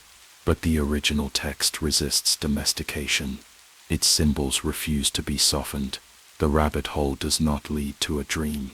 It leads to the dismantling of self. It is an initiation into truth that cannot be taught, only endured. And this is why Alice in Wonderland continues to resonate, not as a fairy tale, but as an allegory of awakening. Like all great esoteric texts, it hides its truth in plain sight. It distracts with nonsense, while offering revelation to those who look deeper. It is the mirror that does not reflect, but reveals. So the next time you open its pages, ask yourself, what is Wonderland teaching you? What illusions is it asking you to shed? And what truth lies beneath the smile of the cat, the clock of the rabbit, the scream of the queen? For in the end, Alice in Wonderland was never for children. It was for those who are ready to wake up. If this chapter stirred something in you, a question, a memory, a shadow, do not let it fade. Follow it, because the story is not over. Not yet. And if you wish to walk further down this path with us, subscribe to The Dark Storyteller, like this video, and leave a comment below. Tell us, what secret did you find in Wonderland? The moment does not arrive with fanfare or divine intervention. It comes quietly, shockingly simple, almost whispered, surrounded by chaos, accused by a court with no justice, overwhelmed by nonsense, turned violent. Alice speaks a single sentence that shatters the entire illusion. You're nothing but a pack of cards. And in that instant, Wonderland begins to collapse. The queen shrieks. The soldiers lose their shape. The courtroom dissolves into fragments. Reality, once solid and surreal, is revealed to be fragile, a projection of fear and belief. And in that split second, Alice is free. What we are witnessing is not a dream's end. It is a ritual of awakening. Throughout history, esoteric teachings have described the veil of illusion, the Maya in Hinduism, the Matrix in Gnosticism, the black iron prison in occult literature. These metaphors all point to a shared human experience, the realization that the structures surrounding us, the ones we fear and obey, may not be real. They exist because we believe in them, and the moment we withdraw that belief, the spell is broken. In this final confrontation with the Queen of Hearts, Alice does not run, she does not cry, or plead, or beg. She sees, she names what she sees, and in that naming, she destroys its power. You're nothing but a pack of cards. It is not an insult, it is a revelation. They have no soul, no substance. Their power lies only in the mind that grants it. This mirrors ancient initiatory texts, where the final test is not the slaying of a monster, but the recognition that the monster never existed. In Gnostic scriptures, the demiurge, the false god who rules the material world, is described as blind and arrogant. He claims to be the only god, but he is only a shadow, a distortion. Liberation comes not from defeating him in battle, but from seeing through his deception. Alice's moment echoes this. She does not need to defeat the queen, she needs only to refuse the game. Once she does, the court's power collapses like paper in fire. This moment also finds deep resonance in the teachings of mystics like Carl Jung. For Jung, the process of individuation, the journey towards spiritual and psychological wholeness, involves confronting the archetypes of the unconscious, the shadow, the anima, the wise old man, the tyrant. These forces must be met, seen, and integrated. The danger lies not in their strength, but in our refusal to face them. When we do, when we recognize the illusion and accept the truth, we become whole. Alice's outburst is not childish defiance. It is the voice of a soul reclaiming its sovereignty. There's also a psychological layer to this scene. In abusive systems, whether familial, institutional, or societal, the abuser's power often hinges on confusion, fear, and the illusion of control. Victims are told they are weak, dependent, unworthy. The moment they recognize the lie, the moment they see the abuser as nothing but a pack of cards, the psychological hold is broken. The structure crumbles. What follows is liberation, and often a flood of rage, grief, and empowerment. Alice's clarity at this point is revolutionary. She is not the same girl who fell down the rabbit hole. She has changed, grown. She has passed through absurdity, chaos, temptation, and fear, and emerged with vision. And let us not forget the symbolism of cards themselves. A deck of playing cards is a system of hierarchy. Kings, queens, judges, soldiers, bound by rules, roles, and repetition, but they are flat, painted, made of paper. Their authority is arbitrary, their roles interchangeable. In many esoteric traditions, cards are also tools of divination. The tarot deck is filled with symbolism and archetypes: the fool, the high priestess, the tower, the hanged man, each representing stages of the soul's journey. Alice, like the fool in tarot, begins her path naively, stepping into the unknown. By the end, she is transformed. The deck is revealed as an illusion, a tool for initiation, not imprisonment. In literature and film, this kind of moment is often portrayed as a breaking of the fourth wall, when a character steps outside the narrative and sees the fiction for what it is. Neo awakening in The Matrix, Truman hitting the wall of his manufactured sky in The Truman Show, Winston realizing the party's truth is a lie in 1984. These are not just plot twists, they are awakenings, coded metaphors for seeing the real structure behind the play. Alice's refusal is not just about Wonderland, it is a universal moment of awakening to the false systems that govern us, and choosing to no longer participate. And so the Queen of Hearts, with all her noise and tyranny, is rendered powerless, not by force, but by exposure. Her rule is upheld by ritual, repetition, and the fear of punishment. But when the illusion is named, when the truth is spoken, her crown dissolves, her guards vanish, the dream ends. But did it ever truly begin? Was Wonderland a place, or was it a mirror? Was the Queen a ruler, or a symbol? Carol never tells us, because the answer is not meant to be given, it is meant to be seen. And Alice sees, she names it, she reclaims herself. This final act of the story is a triumph of consciousness over control, of clarity over confusion. But it is not just the end of a tale, it is a call, a map, because Wonderland still exists, not in books, but in our world. In courts where rules shift to serve power, in media where nonsense is truth, and truth is nonsense, in systems that dress themselves in order, but feed on fear. And like Alice, we are all inside it, until we choose not to be. You're nothing but a pack of cards. It is not only a sentence, it is a key. It opens the door to awakening. It burns down the lie, and it reminds us that the only true authority is the one we consent to believe in. Carol may have written a story, but what he gave us was a ritual, a test, a question. What do you see when you look at the world around you? Are you still obeying the Queen's rules? Are you still waiting for justice in a courtroom built on dreams? Or have you finally realized it was all just a deck of cards? If this truth stirred something in you, don't let it slip away like a dream at morning's edge. Stay with us, because the descent has only just begun. Subscribe to The Dark Storyteller, like this video, and leave a comment below. Tell us, what illusion did you wake up from?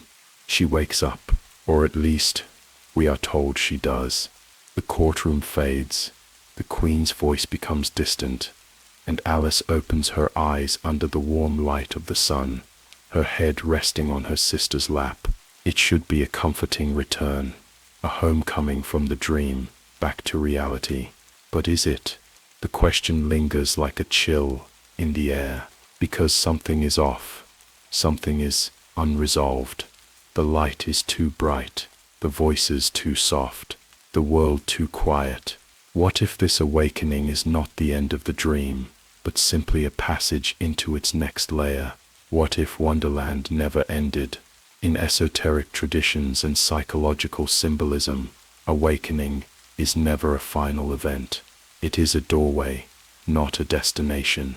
The seeker rises from one illusion, only to find themselves within another, more subtle, more convincing. Mystical texts from the Gnostic Gospel of Thomas to Tibetan dream yoga all suggest that most people live in a dream, and those who begin to awaken often find that the so-called reality is yet another veil. Like peeling an onion of the cosmos, each layer reveals another, and deeper layers hide behind the comfort of ordinary life. Alice's return raises more questions than it answers. Her calmness, her detachment, the way she speaks to her sister, almost like a visitor in her own world. This is not the child who tumbled after a rabbit. This is someone altered. And her sister, the figure who receives her, reads like a guardian of the previous world. Passive, still, unmoving. She represents memory, yes, but also the pull of forgetfulness. The system always gives you a gentle place to land when you leave the nightmare. A picnic blanket, a sister's voice, a warm afternoon. But if you look closely, you'll see that this comfort might be part of the trap, a way to lull the dreamer back into sleep. It's a familiar concept, echoed across spiritual literature. Plato's allegory of the cave warns us, those who escape the illusion and return to tell others are met not with awe, but with disbelief. They are seen as mad, or worse, liars. And those who remain in the cave, like Alice's sister, do not want to leave. They are content in the shadows. Carl Jung spoke of the second awakening, the moment after an initial spiritual insight, when the ego returns, dressed in new robes, more subtle than before. The illusion evolves. It becomes harder to detect. The world around you may look real, but it no longer feels real. This too is part of initiation. After all, the greatest prisons are not those made of walls and locks, but of comfort, repetition, and familiarity. Was Alice's return truly to the world she left, or has she been placed in a dream, more persistent, more insidious? Lewis Carroll was a mathematician. He understood recursion, the idea of a loop within a loop, a story within a story. In Through the Looking Glass, the sequel to Wonderland, Alice once again crosses into another world, not by falling this time, but by walking through a mirror. It is subtle, sophisticated, and more surreal. If Wonderland was chaos, the Looking Glass world is inversion, opposites reign. Time flows backward, language collapses into riddles. If Alice had truly awakened, why does she return? Or perhaps she never left. Each dream births another, each riddle leads deeper. And here's where it gets more unsettling. In the real world, altered states of consciousness, brought on by meditation, trance, or psychoactive substances, often lead individuals to experience layers of reality that feel more real than waking life. Aldous Huxley, Timothy Leary, Terence McKenna all described a moment where the boundaries between waking and dreaming dissolve. McKenna famously asked, "What if the world is not only stranger than we suppose but stranger than we can suppose?" When Alice awakens, it's not into familiarity. It's into a world where the colors seem dimmer, the language duller, and the truth more elusive. The final clue lies in Alice's attitude. She does not laugh off her dream. She does not dismiss it. In fact, she says little at all. She lets her sister read into the story, and the sister, moved by the tale, imagines Alice's dreams echoing into the future. dreams that will be passed on to other children, other minds, other generations. But ask yourself, why does the sister remember the tale with such clarity? Why does she herself begin to dream the wonderland? It is almost as if the story spreads, like a spell, a code, a virus of awakening, or containment. And let us not forget the most haunting metaphor of all, the rabbit hole. It never closes. In modern psychological frameworks, particularly those involving trauma, dissociation, or altered states, the mind does not heal by forgetting. It splits, it rearranges, it hides the truth in dreams, in stories, in fantasy, because truth, raw and bright, is often too unbearable. What if Wonderland was Alice's way of processing something she could not otherwise confront? What if the entire dream was a shield, and her awakening, a test? We are not told what she does next. She does not speak of her dream to her parents. She does not return to play. She sits, she listens, she watches, in silence. And this silence is key, because silence often follows revelation. It is not the silence of sleep, but of contemplation, of seeing the veil pulled back, even if only briefly. In ancient rites of passage, from the Eleusinian mysteries to Tibetan Dozogchen, the initiate does not exit with fanfare. They exit quietly, changed, marked, disoriented, because they have seen what lies beyond the surface, and they cannot go back. So where does that leave Alice, and where does it leave us? Is the waking world truly awake, or have we simply risen into a more complex dream, one with clocks and taxes, with polite smiles and invisible chains, the world where justice is theatrical, language is weaponized, and logic is bent into absurdity? The world of the Queen of Hearts never truly ended. It merely changed costume. Perhaps this is Carol's greatest gift, or his most cunning trap. He gives us a dream that feels real, a reality that feels like a dream, and then like a magician, he vanishes behind the curtain, leaving us to wonder, have we awoken, or have we merely reached a deeper level of the maze? So ask yourself, truly deeply, what world did you wake up into? And if this story has left a whisper in your mind, a flicker behind your thoughts, don't let it fade. Stay with us. There are more doors, more riddles, more veils to part. Like this video, subscribe to The Dark Storyteller, and tell us in the comments, what if Wonderland is the world you're living in now? What is reality? Is it the ticking of the clock, the warmth of the sun, the feel of ground beneath your feet? Or is it something more elusive, more fragile, a consensus, a contract, a dream that we agree to call real, because the alternative is too terrifying to consider? Alice in Wonderland has always been more than a tale for children. Beneath its playful surface lies a trembling truth. The world is only what we believe it to be, and that belief, that thin, fragile belief, is all that separates sanity from madness, the dreamer from the dream, the mask from the face beneath it.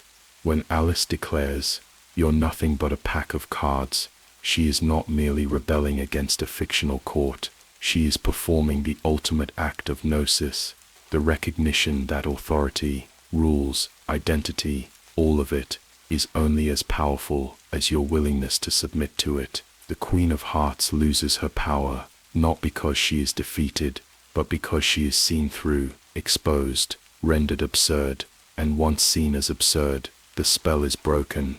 This moment, so brief and so easily overlooked, contains the entire philosophy of Alice.